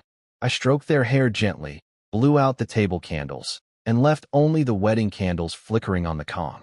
I took off my outer clothes and got into bed. They undressed clumsily, faces scarlet, and slipped under the covers on either side of me. Under the blanket, both their bodies were trembling against mine. I didn't rush anything. I just pulled them both into my arms and held them close. The night was long. By the time the candles burned out and dawn was breaking, both sisters were fast asleep in my arms, faces flushed, exhausted but peaceful. I was wide awake, staring at the system panel. 2 notifications. Both failures. Bloodline continuation failed. No offspring conceived. Bloodline continuation failed. No offspring conceived. Both of them. Neither had worked. I frowned. This had never happened before. With Qin Wanru, Su Mainyang, Zhao Linger, every single time had been a first-try success. What was different about the twins? A whole night of effort, and every single attempt failed. The system kept giving me the same cold message. Bloodline continuation unsuccessful. No offspring conceived. I lay there staring at the ceiling, genuinely confused. This had never happened before. I looked at the twins sleeping peacefully beside me, their faces still flushed, lashes casting shadows in the early light. Was the problem me? I pulled up my system panel immediately. Everything looked normal. Body strength at 15, 3 times a normal man, 3 children already on the way, skills intact. Nothing wrong on my end. I looked at the sisters again. They were thin, fragile-looking. But still, I decided to try again. I wasn't the kind of man who gave up easily. I pulled Lu Mei close. She woke up drowsy, blushing the moment she saw me. I kept it brief. One more time. When she collapsed back into sleep afterward, the system chimed again. Failed. I turned to Lu Lan. The poor girl had barely gotten any rest, and she was the timid one. When she finally passed out again, I got the same cursed notification. Failed. I swore under my breath. What was going on? Looking at the 2 of them sprawled across the bed like exhausted kittens, my frustration faded into something softer. These girls had grown up half-starved, never eating a proper meal in their lives. They'd lived for years under the shadow of Li Ergu's threats, constantly afraid. Their bodies were drained. Years of poor nutrition and chronic stress had taken a real toll. Then it hit me. I had the gynecology master skill. Why hadn't I thought of that sooner? I let the girls sleep and quietly got dressed. Outside, the yard was already alive with morning activity. The 3 pregnant women were sitting under the eaves in the sunshine, chatting happily. When Su Mingyang saw me come out of the bedroom, she shot me a teasing look and asked if I'd had a tiring night. Qin Wanru and Zhao Linger giggled behind their hands. I coughed, said nothing, and went straight to the well to splash cold water on my face. At breakfast, the twins finally emerged, holding their lower backs, walking stiffly, faces red as ripe apples. They couldn't look anyone in the eye. The other women, all veterans of the same experience, took one look and burst out laughing. Su Mainyang couldn't resist pointing out that the new sisters seemed to have forgotten how to walk. The twins looked ready to melt into the floor. I shot Su Mainyang a look and told everyone to stop teasing and just eat. I served both girls a big bowl of meat porridge myself. After breakfast, I brought them back to the room privately. They stood there nervous and stiff, probably expecting more of last night. I told them to sit on the Kong and give me their wrists. I activated the gynecology master skill and felt Lu Mei's pulse first. The diagnosis came instantly, Her pulse was thin, weak, and slow. Cold limbs, pale complexion, irregular periods with clotting. Severe uterine coldness, built up over years. With a condition like that, getting pregnant was nearly impossible. Her body couldn't even manage normal monthly cycles properly. Lulan's pulse told the same story, maybe worse. Her long-term anxiety and fear had knotted up her energy and blood flow on top of the same cold womb problem. I exhaled with relief. At least the problem wasn't me. I looked at these two scared 16-year-old girls and felt a deep wave of pity. At their age, they should have been blooming. Instead, years of hunger and terror had hollowed them out. Lume noticed my serious expression and asked timidly if something was wrong with them. I softened my voice and told them it wasn't anything serious. Their bodies were just weak and too cold inside. They needed to be nursed back to health. I explained it in simple terms. Their bodies were like poor, frozen soil. You had to warm the earth first, add nutrients, make it rich and fertile. Only then could you plant seeds and expect them to grow. They understood the metaphor perfectly. Their faces went bright red. They realized the failure to conceive was because of their health, and guilt flooded their eyes. They apologized, calling themselves useless. I ruffled both their heads and told them to stop talking nonsense. It wasn't their fault. I just hadn't noticed the problem sooner. This condition was treatable. I'd prepare medicine for them, and after some time on it, their bodies would recover completely. Getting pregnant after that would be easy. My confidence calmed them down completely. Their guilt evaporated. I could see it in their eyes. This man was not only powerful and generous, he even understood women's medicine. They felt lucky to be here. The system confirmed the progress.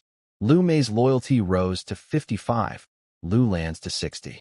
Real connection was building. I sent them outside to rest and went to the little herb shed Goshing had built for me. From my mountain-gathered supplies, I selected the right combination: angelica root, Sichuan lovage, white peony, prepared remania, all warming, blood-nourishing, cold-dispelling herbs. Using the exact formula the gynecology master skill gave me, I prepared 2 custom prescriptions. I handed them to Tsuhua with careful instructions on how to brew them, the right water level, the right heat, the right timing. Standing in the yard afterward, watching the servants working, the women doing needlework under the eaves, everything humming along, I felt a deep, solid sense of satisfaction. This family was growing stronger every day. 5 women now: Qin Wanru, Su Meinyang, Zhao Linger, Lu Mei, Lu Lan. 3 pregnant, 2 being treated. My own situation was handled, but then a thought crossed my mind. What about my father? At dinner that evening, the whole family gathered around a big table in the yard. Braised wild boar, chicken stewed with mushrooms, steamed fish, fresh vegetables. A feast that would have been unthinkable just weeks ago. My 5 women sat beside me. The servants had their own table with plenty of food and wine. My father looked around at this big, bustling household and couldn't stop smiling. After a few rounds of drinks, I brought up something I'd been thinking about. I told my father that our family was growing. Life was good now, and maybe it was time he found himself a companion. Someone to keep him company in his old age. He sprayed his wine across the table. Everyone froze and stared at me. A son finding his father a wife. Nobody had ever heard of such a thing. His face went crimson. He sputtered and called me a brat, saying I was talking nonsense. But I stayed serious. I told him I remembered everything he'd done, raising me alone after my mother died young, turning down matchmakers because he was afraid a new wife would treat me badly. But things were different now. I was grown, the family was strong, and it was his turn to think about himself. His anger faded. He went quiet, drained his cup in one gulp, and his eyes turned red and wet. He'd thought about it over the years, of course. But back then, who would marry a poor man with a half-grown son? All the women at the table felt it. Qin Wanru and Su Meinyang exchanged a look of quiet admiration. Even the twins lowered their heads with deepened respect. My father grumbled that he was too old, that people would laugh. I told him he was still healthy and had decades left. Then, to lighten the mood, I grinned and jokingly suggested Chuntao. She was hard-working and honest. Maybe she'd do? He exploded. He ripped the shoe off his foot and came at my head with it, chasing me around the yard, roaring that Chuntao was young enough to be my sister, and how dare I make fun of him. The whole yard erupted in laughter. The women, the servants, everyone. Poor Chuntao heard her name, went white, then scarlet, and buried her face in her rice bowl. After he ran out of breath, I sat him back down, rubbed his back, and told him I was only joking about Chuntao. But finding a real companion, someone his age, warm and caring, that was serious. He grunted but didn't refuse anymore. The ice was cracking. The next day, I quietly pulled Goshing aside and gave him a secret mission. Scout the neighboring villages for widows around 40 or 50, good character, clean background, willing to remarry. I told him to keep it absolutely quiet. My father's pride couldn't take public gossip about this. Goshing's eyes lit up and he swore he'd find the best one, then sprinted off like a man on a holy quest. Meanwhile, the twins were faithfully drinking the herbal medicine I'd prepared. The dark, bitter soup made them scrunch their faces, but they swallowed every drop. I checked their pulses daily. The medicine was already working. The deep cold trapped in their bodies was slowly being dissolved by the warm, nourishing herbs. The gynecology master skill was proving its worth. Given time, getting them pregnant would just be a matter of patience. The next few days passed peacefully. The servants, led by Sun Dazhuang as the new village chief, built the walls higher and thicker. The back plot was fully planted with seasonal vegetables. The 3 pregnant women relaxed under the eaves, sewing baby clothes and chatting. Lu Mei and Lu Lan grew healthier by the day, color returning to their cheeks. Their feelings toward me had shifted completely, from fear to respect to genuine affection. Their eyes followed me whenever I was in the yard. Then Goshing came running through the gate, face tight with worry. "Something's wrong," he gasped. "Tax collectors are here." I told him to slow down and explain. This year, the imperial court had raised taxes. Every household in the village owed 30% more grain than usual. The tax officer had brought armed government runners and was going door to door. Anyone who couldn't pay got beaten, their house sealed.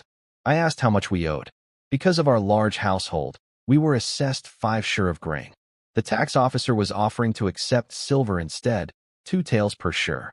10 taels total. Goshing was panicking. 10 taels was robbery. On the open market, a shur of rice cost barely over 1 tael. This official was charging double, pocketing the difference. Several families had already been beaten for failing to pay. My eyes went cold. This was how it always started, governments squeezing people until they had nothing left. I asked where the tax collector was now. Before Goshing even finished talking, a shrill voice started screaming outside our gate. "Sun family, get out here and pay your taxes." A man with a voice like a strangled duck kicked our gate open and strutted in with 4 or 5 armed runners carrying heavy wooden clubs. He waved a ledger in the air and demanded 10 taels of silver or 5 shur of grain, telling us not to waste his precious time. His name was Zhang San. His beady eyes swept the yard, took in my strong servants, the women sitting under the eaves, and I could practically see the greed growing behind his face. He'd heard the rumors about our family's sudden wealth and came to squeeze us dry. I stepped forward and blocked him from my family. I asked him since when the tax rate was this high. I knew the actual rate, 1 shur of grain per household, or about 1 tael of silver. Not 10. He lost it. His voice shot up an octave. He screamed that I was nobody, that I had no right to question imperial orders. He claimed the border wars had gotten worse and the emperor had ordered a 30% increase, backed by the county magistrate's official documents. As for the exchange rate of 2 taels per shur, that was his generous favor to us peasants who couldn't produce enough grain. Pay up or go to jail. His runners crowded forward, slamming their clubs on the ground, faces full of menace. My father grabbed my sleeve with shaking hands, begging me to just pay and not fight the government. The women huddled together, terrified. Lu Mei and Lu Lan were trembling. This scene reminded them of being bullied by Li Ergu. I stood perfectly still. I knew this was all lies. I'd come back from the border myself.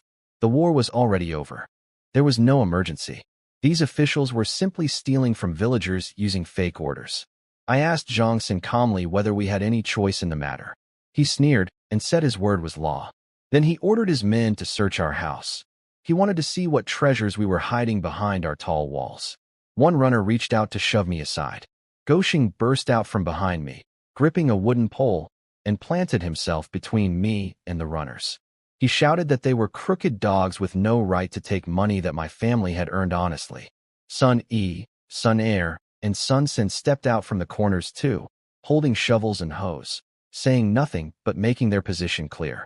Every person in the Sun household stood together in that moment. Zhang Sen laughed at Goxing, a servant daring to challenge the government.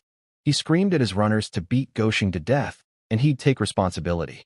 The runners raised their clubs and swung at Goxing's head. My father cried out. The women closed their eyes. They heard the thuds and the cracking of bones. When they opened their eyes, Goxing was standing exactly where he'd been, untouched. The runners were on the ground, sprawled in every direction, clutching broken arms and shattered legs, howling in agony. I'd moved so fast nobody had seen it clearly. Zhang San's face went blank with shock. He stared at his men writhing on the ground, then at me standing there without a scratch or a change in expression. He started shrieking about how attacking government officials was a capital crime punishable by execution of the entire family. He was backing away as he screamed. I walked toward him slowly. I grabbed his throat with one hand and lifted him off the ground like a chicken. His legs kicked wildly in the air, his face turning purple from lack of oxygen. I asked him if he'd just said his word was law. He couldn't answer. He was choking. I told him that on Sun family ground, my word was law. I squeezed. There was a small, sharp crack. I'd crushed his throat bone. I dropped him. He collapsed like a wet rag, clutching his neck, coughing violently but unable to make any real sound. Even if he survived, he'd never speak again. I looked down at him, then at the moaning runners scattered across my yard.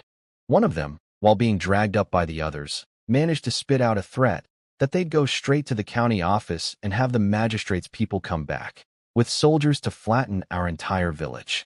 They propped up the silent, broken Zhang Sen between them and scrambled out of our yard, falling over each other in their rush to escape. News of what I'd done spread through the village within the hour. I'd beaten tax collectors, crushed a government official's throat, broken several runners' legs. The village was gripped by panic. People huddled together, whispering about how I'd gone too far, how the county magistrate would punish the whole village for my actions. Some of the looks aimed at our walls had shifted from envy to resentment. They were afraid my fight would drag them down too. Inside our yard, my father chain-smoked his pipe, forehead knotted with worry. He asked if I'd been too rash. In his world, ordinary people never fought the government. That was a law of nature. The women surrounded me with anxious faces. Qin Wanru said gently that those were imperial officials, and they wouldn't let this go. Su Mingyang, serious for once, warned about hidden retaliation from the county office. I knew my reaction had been rough. But with people like Zhang San, giving an inch meant losing a mile. If I'd handed over 10 taels today, tomorrow they'd come for 100. The only way to buy time was to hurt them so badly they'd think twice before coming back. I told everyone to stay calm. I had a plan. First, I sent Goxing to the county town with 2 tasks. 1. Go to Old Qian at Renatang and dig up everything about Zhang San. Who backed him, who he was connected to, what his weaknesses were. 2. Buy me a specific list of herbs. Those herbs were harmless individually, but combined in the right proportions according to my 100 herbs mastery, they formed a slow-acting poison that would gradually destroy a person's body without anyone suspecting foul play. I wasn't going to kill Zhang San outright. That would be too obvious. I'd make him rot from the inside, slowly and painfully. That was the proper punishment for his kind. Goxing took off without hesitation. I knew this wasn't over. A petty tax collector in a remote village wouldn't dare charge double the real rate on his own. Someone bigger was pulling the strings. I didn't want trouble, but trouble had found me, and I'd face it head on. That afternoon, I gathered Sun Yi, Sun Air, and Sun San in the yard and stopped all other work. I told them they had some muscle but no real fighting skill. If they faced trained opponents, they'd crumble. So I taught them military combat techniques, the same drills soldiers used in the army. I demonstrated the first move, a lunging punch from a low horse stance. My fist split the air with a sharp crack. Their eyes went wide. They could feel the terrifying power behind it, even without understanding martial arts. Every trace of distraction vanished. They threw themselves into learning with complete focus. The yard filled with shouts and the thud of fists. The women watched from under the eaves.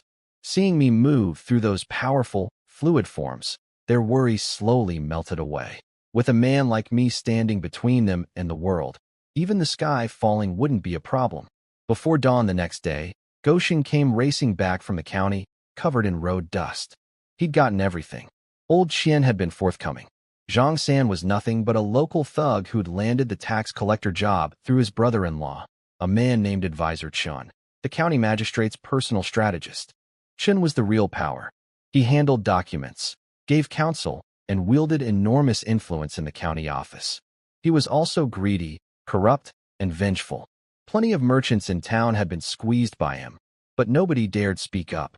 As for the county magistrate himself, a man named Zhou Wenhai, Old Qian said he was actually fairly honest. His one weakness was an obsession with Taoist longevity practices. He was constantly searching for rare medicines and elixirs that might extend his life. In fact, he'd privately offered 100 taels of silver for a legendary herb called 7 Stars Moon Grass, but nobody had been able to find it. 7 Stars Moon Grass. That name caught my attention. Goshing also handed me the herbs I'd requested. Old Qian had picked the finest quality for me personally. There was one more message from Old Qian. He warned me that Advisor Chun was famously petty and vindictive. He would not let this go. I should be extremely careful. But if I ever needed information or early warnings, I could come to Renatang anytime. I thanked Goshing, sent him to the kitchen for food and rest, then took the herbs to my room. Using the formula from my 100 herbs mastery, I ground each one into fine powder, measured exact proportions, and mixed them together. I poured the finished compound into a bamboo tube and sealed it. I didn't need it yet, but when the time came, it would be ready. Back in the county, Advisor Chin smashed his teacup when he heard what I'd done to his brother-in-law Zhang San. A crushed throat, the man would never speak again. Chin took it as a personal insult. He started gathering men to come arrest me, planning to throw me in the county dungeon and make me suffer until I begged for death. But I wasn't going to sit around waiting for him to make his move. I remembered what Goshing had told me. The county magistrate, Zhou Wenhai, was obsessed with Taoist longevity and had been desperately searching for a legendary herb called 7 Stars Moon Grass, even offering 100 taels for it. The moment I heard that name, my 100 herbs mastery had kicked in. I knew exactly what it was. 7 leaves arranged like an open palm around a small silver-white flower that glowed faintly at night. It didn't actually extend your life. Its real power was as a universal antidote, capable of neutralizing virtually any poison. And I knew where to find one. I'd spotted it on a cliff face deep in the back mountains during a previous herb-gathering trip. I'd noted it as something rare, but hadn't realized it was the very thing the magistrate was hunting for. A plan began forming in my mind. Advisor Chun was the magistrate's right hand? Fine. I'd go straight over his head and connect with the magistrate directly. When the top man's favor with an enormous gift, and Chun would become irrelevant. I sent Goshing back to the county with a shopping list, a purple clay incense burner, several rare supplementary herbs, and tools for making fragrant compounds. When Old Qian at Renatang saw the list, he figured out what I was up to almost immediately. A burner and fragrance supplies? I must have found the legendary herb. His eyes lit up. This wasn't trouble. This was the opportunity of a lifetime. He prepared everything with the finest quality and sent a message back with Goshing. He'd personally arranged for my gift to reach the magistrate's private study. All I had to do was deliver the goods. The next morning, Goshing and I headed deep into the back mountains. We crossed 2 ridges and reached a hidden gorge with a bottomless dark pool at the bottom, mist rising from the freezing water. On the cliff face opposite, I saw it, the 7 Stars Moon Grass, swaying in the breeze. Bright green, 7 leaves fanned out around a tiny silver-white flower that seemed to glow even in daylight. The cliff was 100 feet of smooth, polished rock. No handholds, no ledges. Goshing's face went white just looking at it. I stripped off my outer clothes, took a breath, and launched myself at the wall. My feet found tiny points of contact on the stone surface, each tap pushing me several meters higher. I heard Goshing's jaw hit the ground behind me. In moments I reached the plant, carefully dug it out with roots and soil intact using a small shovel, wrapped it in clean white cloth, and tucked it inside my shirt. Then I dropped back down the cliff face, landing softly right in front of Goshing's frozen, open-mouthed face. Back home, I locked myself in my room and went to work. This was the critical part. I separated the leaves from the flower and ground them into bright green juice using a jade pestle, no metal tools, which would destroy the medicinal properties. Then I ground the supplementary herbs into powder at exact ratios from my 100 herbs mastery knowledge, and blended everything together. As I stirred, a remarkable fragrance filled the room. It started cool and clean, like moonlight, then shifted to something warm that seemed to seep into your bones and sharpen your mind. I packed the finished compound into the purple clay incense burner and sealed it with special beeswax, leaving only a tiny pinhole for the scent to escape slowly. One filling would burn for half a month, releasing that extraordinary fragrance continuously. The next day, Goshing carried the sealed burner in a fine wooden box to Renetang. Old Qian's hands were shaking when he opened it. He didn't ask questions. He told Goshing to let me know I'd have an answer within 3 days. Old Qian handled it personally. He dressed in his finest clothes, went to the magistrate's residence, found the household steward, a man he'd cultivated a relationship with over years of business, and handed over a fat red envelope along with the wooden box. He described it as a rare incense with calming, restorative properties, a humble gift for the hard-working magistrate. The steward weighed the envelope, smiled, and accepted the box. He'd pass it along. Whether the magistrate used it was up to him. Old Qian's part was done. Now everything depended on whether that incense was as extraordinary as I'd made it. While I waited at home, the pieces were moving exactly as I'd planned. I later learned what happened on the other end. At the county magistrate's residence, Zhou Wenhai was sitting in his study, looking older than his 40-some years, white creeping into his temples, a constant tiredness in his face. He'd taken cold poison in his body years ago while serving at the border, and it had never healed. Every rainy day or stressful night, his chest burned like needles were stabbing him from inside. He'd seen every doctor, swallowed every medicine, and nothing worked. That was why he'd become obsessed with Taoist health practices and rare herbs. He was a man running out of options. When his servant brought in the wooden box from Old Qian, the magistrate barely glanced at it. He'd received dozens of so-called miracle gifts over the years, and they were always garbage. But then he leaned in and caught the scent drifting from the tiny pinhole in the sealed burner. Everything changed. The fragrance was unlike anything he'd encountered. Not the heavy sweetness of sandalwood or the thick smoke of agarwood. It was clean and cool at first, like moonlight made into air, then gradually warm, seeping into his lungs, his chest, his limbs. The stabbing pain that had been gnawing at him all day began to fade. His knotted nerves loosened. For the first time in years, he felt something close to peace.